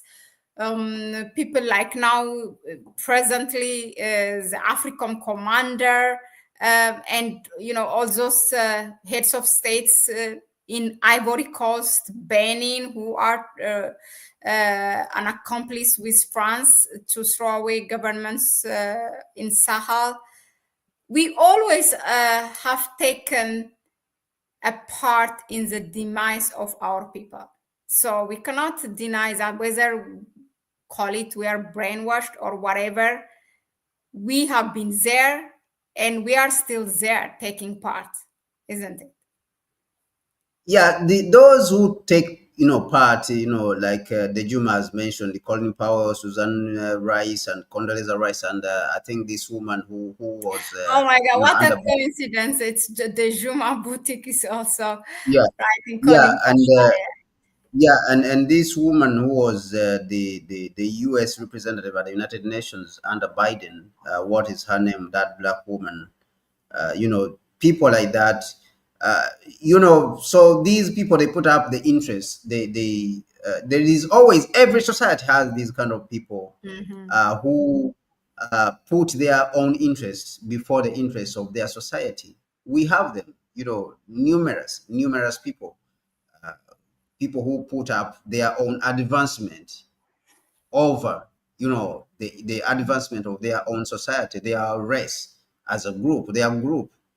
You see, so we have many of those. So we cannot deny that we don't have a lot of those, but we cannot use those to paint the whole society that we as blacks, we have participated in the killing of our own society. Every society has these kind of people, and we see them even in China. Even when you go to Fox News, you see there is some people of Chinese descent there who are always bashing their own government, and the US, give them a platform, gives them a lot of platform for them to bash their own country, and they are Chinese. You see, imagine these guys, if they got a chance to go back to China and be given an opportunity to govern the country, they would turn the country into a satellite of the United States, a neo-colonial state. Basically, that's what they would do. And we are seeing what is happening in Taiwan. That is another example, because Taiwan, basically, they are Chinese. These are Chinese. Even the Taiwanese constitution, Taiwanese constitution says that they are Chinese. They themselves, they know that they are Chinese, that Taiwan is a part of China. You see, so, but the leadership there has decided to be in a satellite state instead of joining their brothers on Chinese mainland and building a great society, which can be able to last for another maybe 5,000 years. They are deciding to side with a temporary state, a colonial state, or a settler state, which killed off all indigenous people and they took over. So they decided to side with that. So I think that it is not about blacks only or Africans only, but it's just that where the state where we are as Africans is a difficult stage, and it was because of the war which was waged, on our leadership in the 60s. Because in the 60s, good leadership emerged, whether it was on the continent, whether it was in the United States and African diaspora. There was a war which was waged to wipe out all the leadership that was giving the black people a direction. The Black Panther, you can talk of the Nkrumahs, we have already mentioned them, the Sankara, Thomas Sankara, the Lumumbas, all these were deliberately wiped out. The Sobukwe, Robert Sobukwe, in South Africa. All these guys wanted to give, wanted to give direction to the black people so that we will not be in a position whereby we will disgrace ourselves, and succumb to external manipulation. But there was a deliberate war which was waged to clear off this generation so that we will not get any direction. So I would not like to, to put the cowards or the puppets and the betrayers of our people, their crimes, and put them all on all of us as a race, as a people. Even though they are blacks, we know they are blacks, but I don't think they represent the rest of us who are, the rest of the people who are suffering and they want a better continent, a dignified continent. And that is why you are seeing that Traore is getting, a lot of traction, a lot of attention of blacks and a lot of support, from the blacks. So, but we have a few who maintain the system because they are gaining from it. They for their own selfish interest, that they put up their own interests against the interests of their group or their race. If you ask, for example, people like Michael Langley, who's the general, of African Command, or Linda Thomas, or Condoleezza Rice, all these people, how have they benefited, their race as a people? They will not tell you anything they have done for black people. They will just say, I'm an American. I'm an American and I've benefited my country, you see. But the white people, they don't see themselves like that. You have seen how Trump has been fighting to defend the white South Africans. So these people, they don't see themselves. The white people don't see themselves as Condoleezza Rice or Linda Thomas or Michael Langley see themselves and say, I'm an American. I'm an American. Trump sees himself as a white, and therefore he feels that he is obliged. He has the obligation to defend the whites in South Africa, mind you, who are not even being oppressed.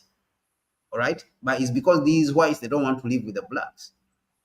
They think that they want to be on top of the country back again so that they can oppress the blacks. So Trump wants to support them in this adventure, which they want to embark on.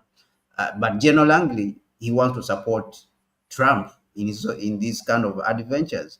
So you can see that we have these few blacks, who are, always, trying to benefit themselves and even paint the whole race. But hear me, like, I just don't understand, as much as it sounds, I don't know, a cliche. You said something. It might not be striking, but the similarity between these people, of these black people who are being used to attack next black people in the continent, that means they advance their personal interests over the others, as you said. And it's the same thing also for our heads of states, who are always worried about their personal security, their personal wealth, how they stay in power. And that's what the previous colonial powers has a leverage on them. So, but for So, Ibrahim so Traore, that's not a yeah, case. So he does what he so wants. The West don't have yeah, any so what, leverage. what happened is that, so why Ibrahim Traore's situation is even very difficult is that, remember that slavery itself was a political economic system. All right, it was a whole system that was created. Slavery, starting with, I wanted to start with slavery, that it had institutions. All right, and those institutions were driven from England, who were the major players, and Paris. All these were the major players. England and France, they were the major players in that institution of slavery. And then later on, the United States came on late. Okay, of course, after Spain and Portugal, when they declined, England and France took over from Spain and Portugal. These guys have institutions. That's why you heard about, East India Company. These were the institutions, the driving institutions, and then the military, their armies, and the shipbuilding. All right, these were institutions. This was the system. Now, when it comes to colonialism, then colonialism came with the religion. This was a major institution which is supporting. So these institutions, as an individual or a small state or a small tribe, so this is the evolution of these systems, that during the colonial times, when these huge institutions came from the West with the military, all right, you have the church, huge church, the Catholic Church, and then you have these huge companies, East African trading company, West African trading company, which were backed by these militaries. It was unimaginable for small states, small tribes to confront these institutions. And so that is what existed. Now, when colonialism and those institutions were defeated, after collaborating, it was a collaborative effort in defeating this. And even when we go back to Haiti, that when Haiti fought and defeated these, Haiti still was locked out of this system. That's why you see that Haiti, when it gets its independence in 1804, there was an embargo on Haiti, that Haiti could not trade. All right, they worked very hard to push back Haiti into this system of you have to conform to the system, or you have to be left out.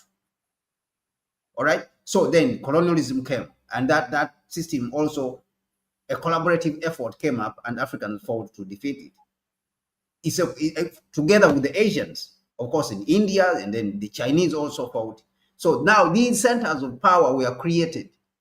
Now, when it came to neocolonialism, Nkrumah saw it, that is coming, a new system is coming. All right? So when Nkrumah sees that system is coming, he warns the African heads of state that the new system is being created. Forget about what is going out. These guys are not creating freedom. They are creating new institutions that are going to enslave you. They are creating the World Bank. They are creating the IMF. They have created the United Nations. He's warning. Nkrumah is making a lot of noise in the 60s, warning people. People are not listening what he's telling them.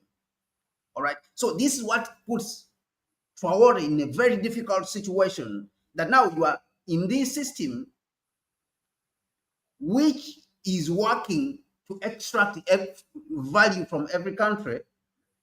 And people like the Chinese have figured out how to play in this system and get their own benefit for their own people. All right. And that is why the United States is very angry with the Chinese, because they have figured out how to work in the system and benefit from it. So the US is very angry.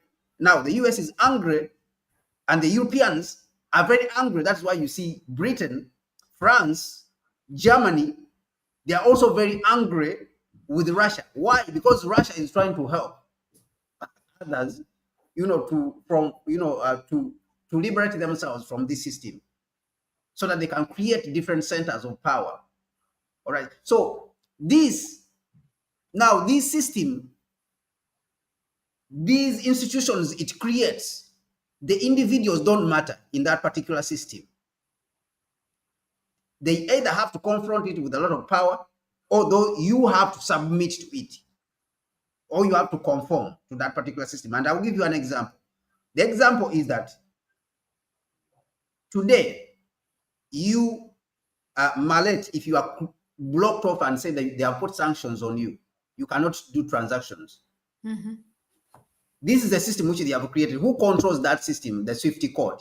Yeah. It is the United States. So if they say they have put sanctions on you until you conform in a certain way, you will see that it has affected you as a person. That you cannot transfer money, you cannot carry out transactions, you cannot use Visa cards. All right, you will not be able to do anything in your life. You will not be able to buy anything when you go to, for example, to a shopping mall and you pull out a card and you want to buy something. They will say that your card was blocked. You have sanctions on you. So who is creating that particular system? So this same system, which is overwhelming, it cannot be fought against by individuals or small states, for that matter.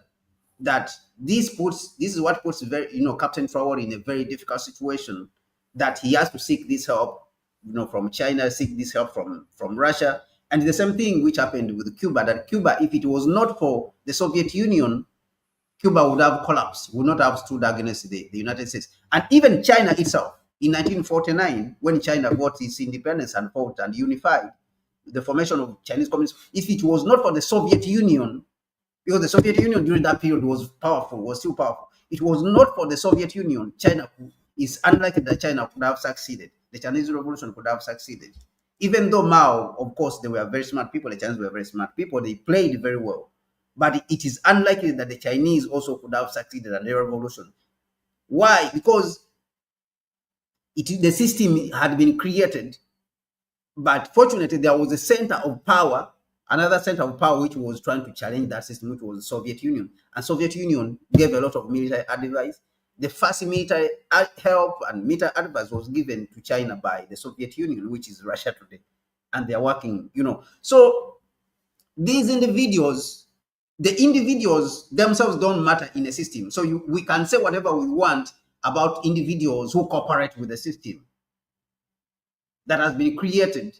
But some of these people, they say, okay, is it better for me to fight against the system, to fight against this neo-colonial system, or is it better for me to live a smooth life and get on with it, and also maybe have a family and all this? Because it is very costly. It is extremely costly as an individual to fight against this system, because if you don't have anything, you don't have resources, it is very costly. So that's how basically how it is, that's how our people are normally gotten. It's not in some cases you may not find that, okay, Linda Thomas wants to operate, or maybe Michael Langley wants to operate. It's not that Michael Langley doesn't know, General Michael Langley doesn't know the truth. If you go and check deep and you break his brain and you open his brain and check his consciousness, that he doesn't know the truth. He knows. He knows. But something is driving him.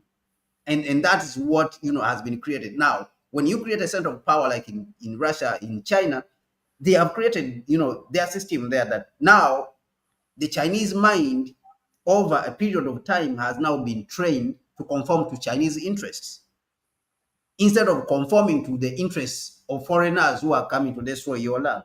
So that's the opposite of what is happening in Africa, that when the leadership that we are trying to create a new system arose, starting the 1950s, 1960s, the US and their system, the neo-colonial system, saw this. And immediately they said they have to isolate. They decided to say that they have to isolate Nkrumah. That was the first culprit. Now, of course, there was some confusion within the Pan-African forces, and hence the Monrovian and whatever Casablanca group. They exploited this. These guys exploited this. And they set out to destroy everything, to destroy that generation that was creating a new level of consciousness, that was trying to liberate the Africans and create a new system that is African-centered on the continent, or that is Black-centered. That is why you see that after the death of Martin Luther King Jr., Then the Black Panther and Malcolm X, when they killed Malcolm X and Martin Luther King Jr. in the U.S., the Black Panthers rose. Mm-hmm. All right. When the Black Panthers rose, then the director of FBI, J. Edgar Hoover, said that he doesn't want any black messiah again to rise. They don't want to see any black messiah to rise. And hence, that is why they killed the young revolutionary chairman. He was called chairman who, I've forgotten the name. The young revolutionary. Huh? Not Huey Newton. Not Huey Newton. There was a young revolutionary who rose, and he was a very good speaker. Fred Hampton. Fred Hampton, yes. So credit goes to Dejuma here. Okay. Yes, so when they killed Fred Hampton, who was 21 years, because he was very articulate, he was a very good speaker. He had the power to move people. So J. Edgar Hoover says that he sees Fred Hampton and the power the guy has, that he had the power to bring together not just blacks, but also to bring together the poor of the whites and all those ones who have been rejected.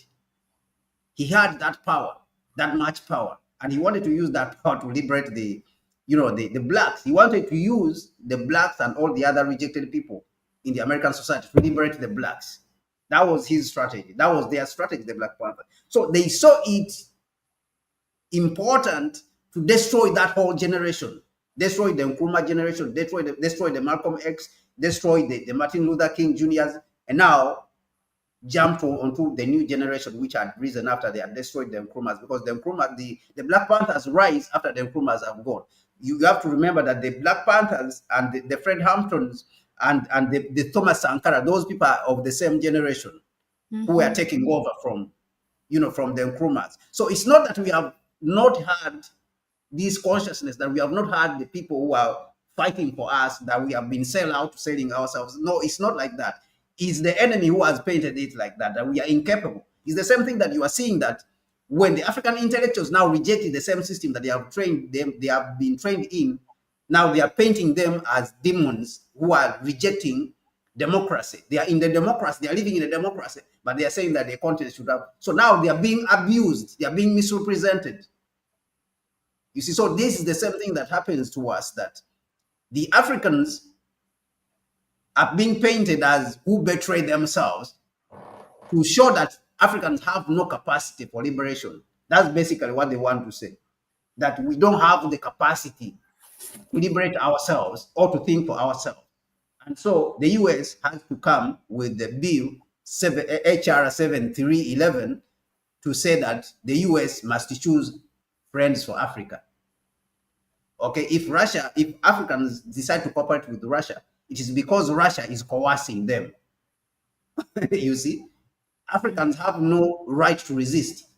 If Africans try to resist, it's because China is pumping propaganda in Africa.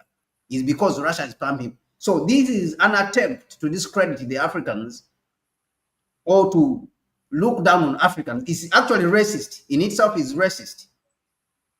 So it is an attempt, all these things, this picture that is being painted is an attempt to show that Africans have no ability to liberate themselves, to think and, to think about liberation, and therefore they must always conform. It's the same thing with slavery, where they say that the Africans who try to run away from slavery, they are mad, they are crazy. You see, that's what they used to say. That if you try to run away from slavery, if you are talking about liberty from slavery, you are crazy, you are mad. Why are you running away from slavery? So this is how they try to paint it. So we have had a whole generation of people who have wanted to liberate us, but this system saw a new system that was being created within the Black community, within the African continent, and they set out to fight against that new system that was being created by the likes of Nkrumah. What do you think Nkrumah was saying when Nkrumah talks about we are going to create our own African personality and identity? This is the system Nkrumah was talking about.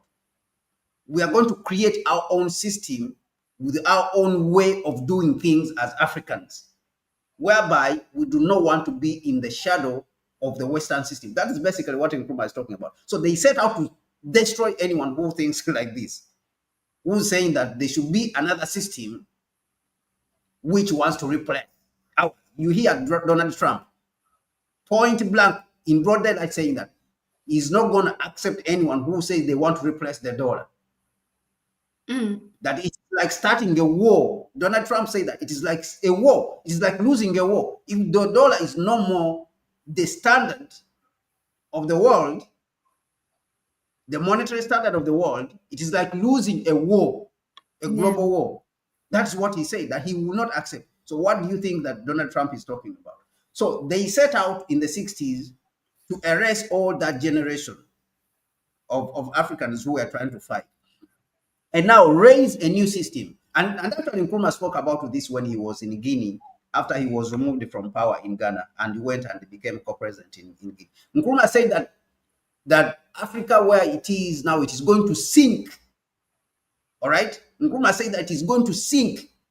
And out of that sinking, a new Africa is going to rise, which is unrecognizable.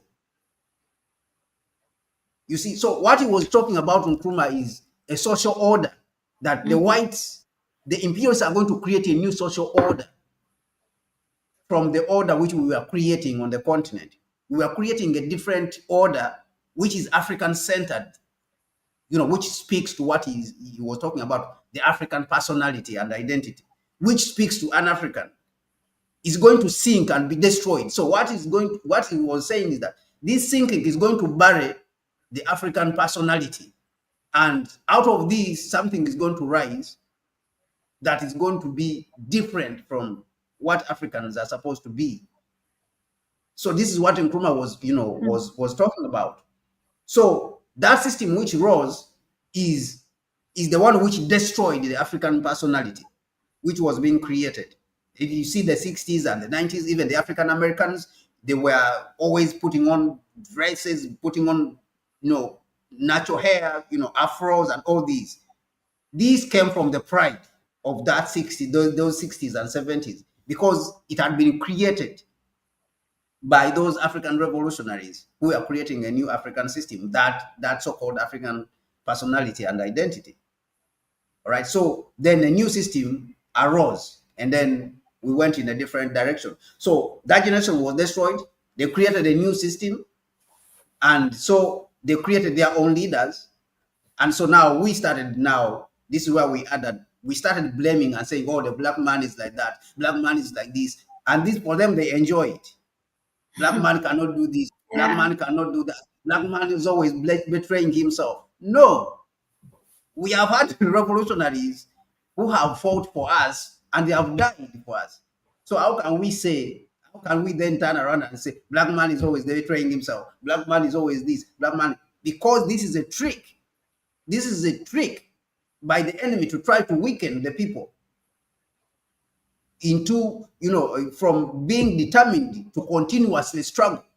Is a trick to try to weaken the people, to divide them, and is a trick to weaken their determination from continuously struggling to defeat the enemy, who is imperialism and neocolonialism. Basically, that is what it is. Yeah, interesting. You have said it very well. Now there you go with that. What now Kwame has explained to us. You can own the narrative when they tell you that black man is not capable of this and that. I'm just reading the last comment here in the chat section, not the last, but just the last for now. De Juma wrote, according to Macron and French intelligence, Pan-Africanism is the greatest national security economic threat to France. Now that brings us to our last discussion, last question for this session, which is Pan-Africanists and Ibrahim Traore. As you all know, just to remind you, we are discussing, globally the views on Ibrahim Traore. We have started from the Burkinabés themselves to the neighboring countries, ECOWAS, states and also African Union. We have discussed Africans versus African diaspora, and then the imperialists. Now this brings us to the Pan-Africans, last but not least. Before that, let me just address, before I forget, Osie, you asked how is Captain Ibrahim Traore viewed in Ethiopia? That is a question for me. So it needs its own topic, how the not the mainstream, but the government broadcasting services or corporations in Africa are viewing Captain Ibrahim Traore, or do they talk about him at all? Look, I tell you this, recently, even a year ago, because we started to talk about Ibrahim Traore at least ever since we are active, every other day here since July 2023, when that revolution happened in Niger. And I haven't seen a single report on a national broadcasting corporation, even on our own YouTubers, meaning Ethiopian big YouTubers in Amharic, talking about Ibrahim Traore. And I have asked with my connections, the journalists who worked for the government broadcast, and they say everything is approved. There are people, is from the government. The media is the mouthpiece of government. I'm not saying it's they're doing bad, but when it comes to Ibrahim Traore, I don't know what they are afraid. And this is not the reality only in Ethiopia, also in other countries. They don't talk about him at all, or when they talk about him, there's something, it's not really like glorifying him. The way this social media platform does it. But recently, after what happened now in Russia, it's really bringing a big wave. Even local YouTubers are translating contents of Ibrahim Traore, and they are doing it. And I see that they have the same number of views that they have for other kind of contents that they have been doing, and I find that very, very interesting. Okay, so this much I can tell you, but government media, no, nothing up until now in Ethiopia, at least I can say that. The other day I was making a report on how Burkinabes are sleeping on the street, to look after their president. What Wodemaya, after what Wodemaya did, the Ghanaian television, I don't know if that's a government thing, TVC it's known as, brought it, and it was showing how Wodemaya was interviewing people on the street, and right after they finished, there were analysts that came, and one of the ladies says, "Oh, this doesn't show. This is nothing. You know what? This is it shows that Burkina Faso is doing their PR work perfectly. That's all it tells us. I mean, it doesn't mean nothing seeing people on the street. That's what she's saying. So even if when they do, then it tells you, there's something attached to it to say something against about him or something. I don't know. But anyway, that's my view. And with that, we move to the next question. Kwame, do you think Ibrahim Traore is the one what the Pan-Africanism movement or everything what Pan-Africanism aspires for? Is he the one?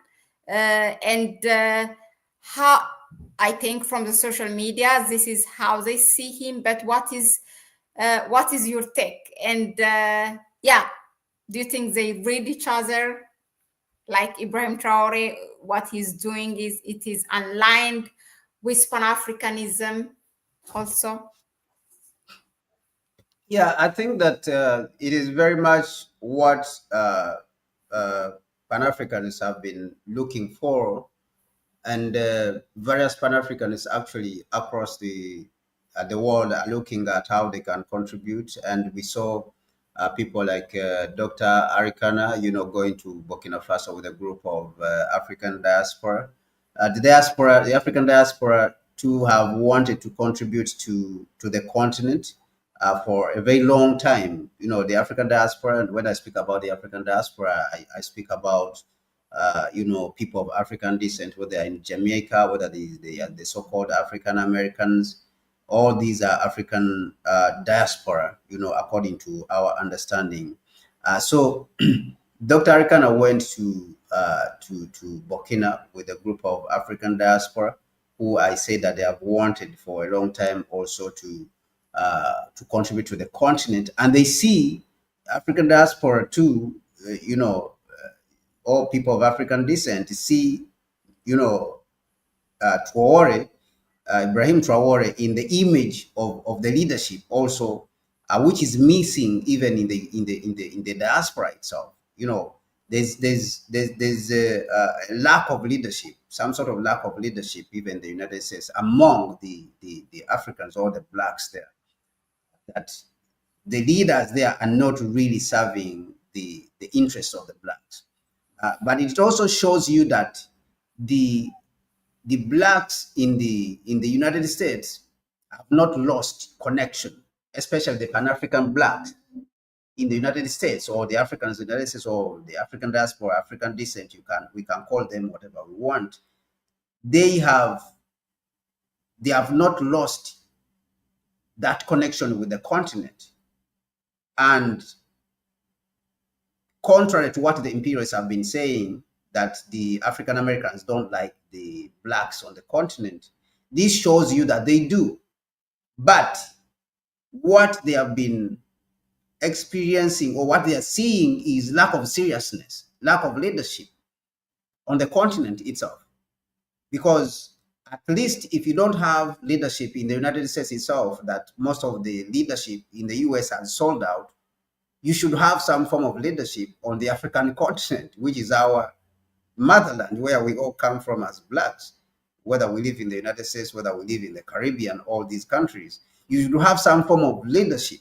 So that missing leadership, which many Pan-Africans diaspora have been looking for, have been searching for, because remember, Pan-Africanism is not really an ideology. Pan-Africanism is a spirit, is a driving spirit, okay? Is a spirit of union which unites black people all together, regardless of what they believe. You can believe socialism, you can believe, but because of the humanistic nature of the African, of course, Pan-Africanism has mostly been associated with socialism, or so-called scientific socialism, as you hear, because Africans like to look after each other, and we have a way of looking after the community, you know, versus our individual interests. All right, even though many right now have been told to think otherwise, that their individuality, you know, is supreme over the whole community, which is not true. Even in the United States, we see this, and it is shows even in Biden's policies that they decided to use the power of the United States, you know, come up with things like the Inflation Reduction Act and all the other, you know, policies.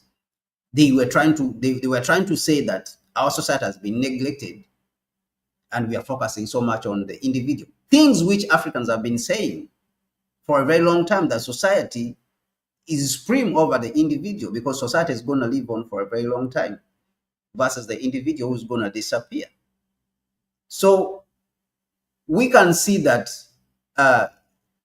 by all signs, with, you know, by all chance, with all the things that Ibrahim Traore is doing, is that he is representing the interests, you know, of the Africans, and many Pan-Africanists, majority of the Pan-Africanists, at least we know, are, you know, in the same spirit, and they are looking at him as somebody who is a potential, you know, who's somebody who potentially provide leadership, or who would provide leadership for the continent. And even during his interview recently with Sputnik in Russia, he said that the EES is a potential United States of Africa, is a potential, you know, unity which will help to unify the African continent. He said this himself.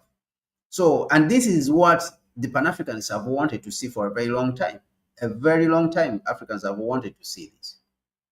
So I think that by all standards, and even by my standards as a Pan-Africanist, I think this is where we have all wanted to go, where we have wanted the continent to go. Self-respect. We want the Black people to be respected all around the world. We want our resources to be, used for the benefit of us Africans, to stop the exploitation, the indiscriminate exploitation of Africa's resources to benefit Europe, to benefit Asia, instead of Africans. And these are these are the values which Ibrahim Traore represents. These are the values which he's trying to show. We want self-determination. We want respect. We want, to develop ourselves. We don't want people to come and build our things for us. Somebody to come and build a stadium for us. A stadium in this 21st century, Africans cannot, build a stadium. You have to bring the Turkish or the Chinese to build a stadium.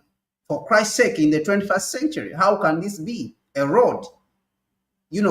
Self-respect. Self-respect. This is what I think he represents, and he clearly, I believe that he clearly speaks to the spirit of Pan-Africanism and speaks to Pan-Africanists.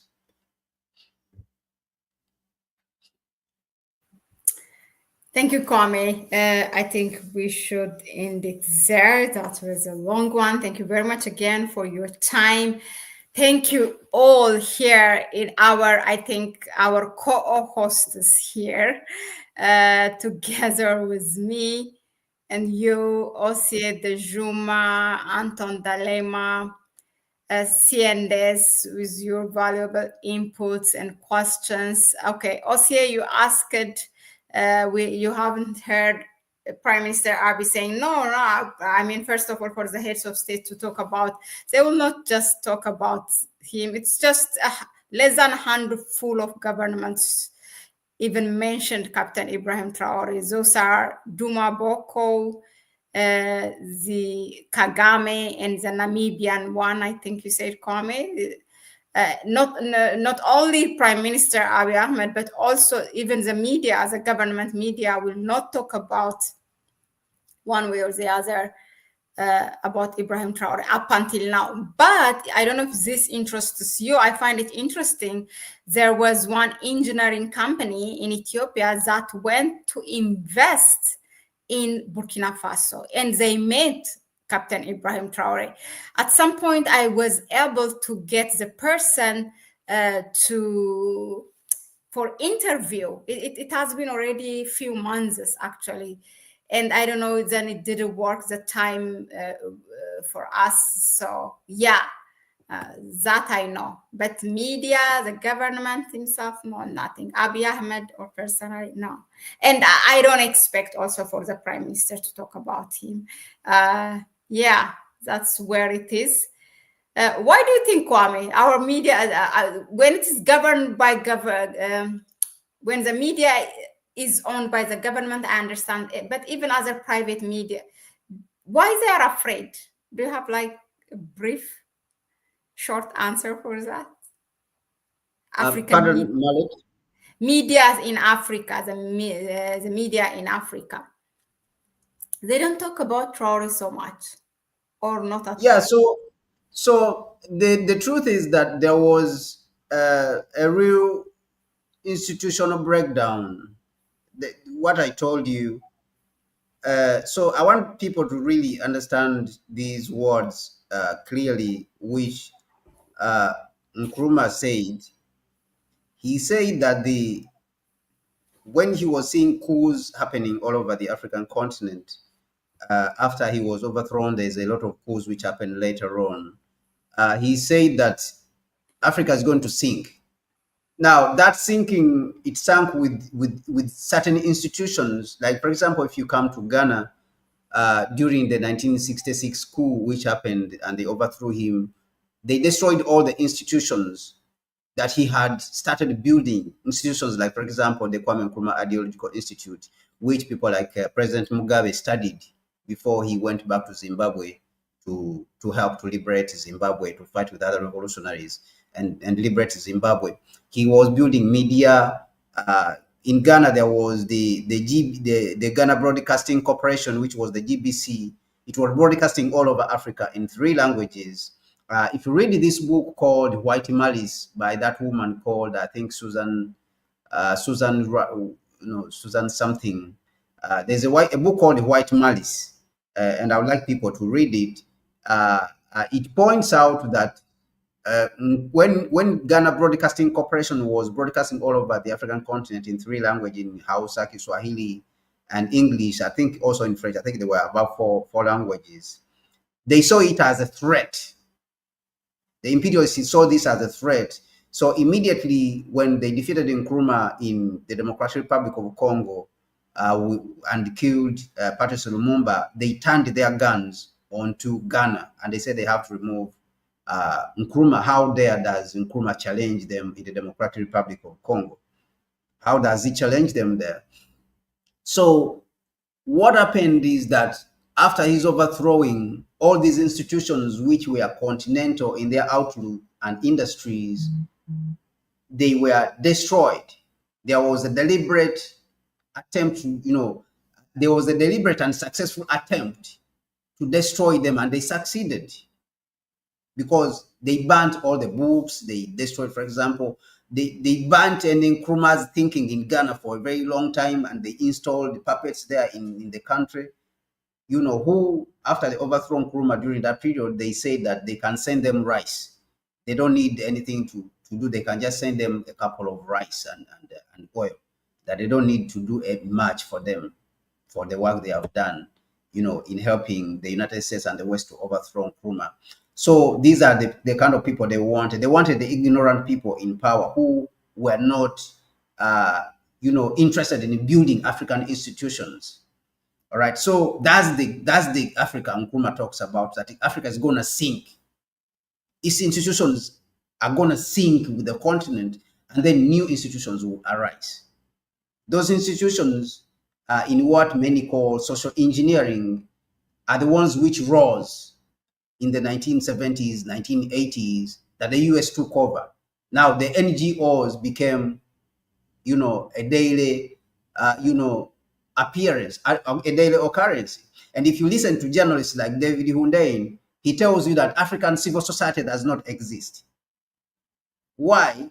Because African civil society was taken over by the West. The West took over African civil society. Now it represents itself. It represents everything through the NGOs and calls that African civil society. You see, so that includes the news, the media. So now when you have these institutions like the media and the so-called civil society, which doesn't represent the people, which doesn't represent the continent, then when anything that benefits that continent, benefits the people comes up, definitely they're not going to talk anything about it. They're not going to say anything about it.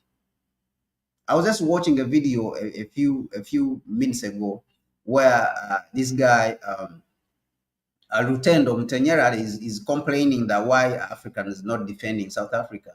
And then he answered this question himself when Trump is attacking South Africa. And he answered that question by saying that it's because South Africa itself has behaved like a neo-colonial, country, whereby its media, instead of protecting the African interests, turns around and bashes African interests.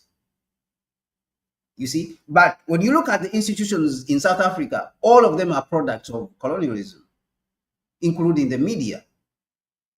Like they are products of colonialism. They are products of the neo-colonial, system.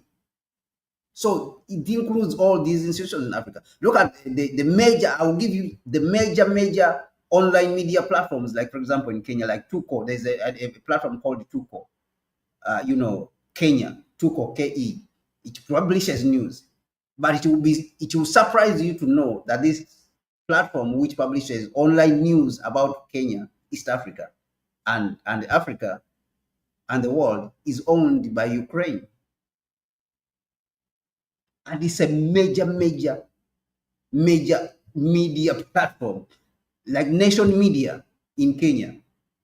is owned by somebody who is in Britain, and it's a major media. It's the biggest media platform in East Africa called National Media. It is present in Kenya. It is present in Tanzania. It is present in Uganda with TVs, with radios, with newspaper. They are the biggest, but they are owned by somebody from Britain. So you can see that the media itself is the media in Africa itself is a product of the same colonial system. And that's what I told you, that Nkrumah, we should be very, very careful with what Nkrumah said. Because these things, he predicted them, he spoke about them, he said to them that these things are going to happen. And those things happened. That Africa is going to sink and the new Africa is going to rise, that is unrecognizable. So basically, he was saying that Africa's institutions are going to sink. The new institutions which we had built in this short period we have been there since liberation are going to sink, and they are going to be buried, and new institutions which are not African are going to rise, and they're going to take over the continent. And that's why you see all over that imperialist interests are parroted. So basically, that is it. One last question you have from Andy Manash. Boss, in your analysis, do you think African will win this battle as far as their preparation is concerned? It is. I think it is possible. It is possible, but you need help. You need help. There's supposed to be help. Otherwise, without help from so it's supposed to be a strategic in itself, but I think we have the materials, we have everything that is necessary to win. But when you go back to the Cuban Revolution, Cuba too got help, externally. So any revolutionary group that comes up has to understand these principles, that for a revolution to succeed, you have to get help even from external help. You have to get help from the people. You have to sensitize the people, but at the same time, you have to have help from outside. The Chinese Revolution, also, I pointed out here that so if it was not for the Soviet Union, the Chinese Revolution would not have succeeded. The Cuban Revolution would not have succeeded. The Vietnamese were supported by the Soviet Union. If it was not for the Soviet Union, even our own independence here in Africa, if it was not for the Soviet Union to support here and there, many of them would not have succeeded. In Angola, Zimbabwe, all these were supported, and in many were supported by other African countries. Like Ghana was supporting a lot of African countries. And then South Africa itself would not have succeeded if it was not supported by the rest of the African countries, like Tanzania, where there was a coordinating committee, Uganda, Ethiopia, all these supported. So a single country is very difficult. It cannot succeed, in throwing off imperialism and totally be free by itself. It will still remain in that grip. But the material which is required, the resources which are required for us to defeat imperialism, we have them. We have it completely. We have so much, compared even to our ancestors who have defeated imperialism before. Much more. We have 100 times than they have. So what we need right now is just determination, and then, consistency. We have to consistently do it, because it's not a one-day affair that, okay, we're going to do it in 1 month and then we have defeated. It's going to take 10 years, because to break down a system like this, it takes a period of, and transition to a different system, it takes a period of 10 to 15 years for you to be able to transition like that. So you need about 10 to 15 years of consistent work, organizing, and like solid, consistent work, not, coming and then jumping about and then say, oh, I will do it another day and stuff like that. So complete solid years, 10 to 15 of struggle. Thank you, Kwame, very much. And that was it. Oh, I have to say, or we have to say, thank you, Marcus Smith, if I'm not mistaken, for your support. You have donated money. Thank you. That means really a lot. Those of us who wants to support us, please go ahead and you can donate through our PayPal account. It's in the description section. even those who don't, we don't see it here, but you from time to time you support us through our PayPal. Thank you very much, Dejuma Boutique, Osie, all of you, and yeah, Anton Dalema as well. I have to take time, yeah, to say thank you, because yeah, it's just taken for granted sometimes. It's important. Well, Kwame, thank you very much. Unless there's something that you think it's left out and you want to say, that was it. And hopefully we will see you soon again here, right? I will make you to promise in front of in front of our co-hosts. Thank you very much, Mahlet, and I just want to thank everyone who's paid attention to the program. Spread the program, spread these messages. This is a very solid program. Everyone should listen to it. Everyone who is an African. We have about 3 billion. I think we have 1.5 on the country. We have around 2.5 billion Africans globally.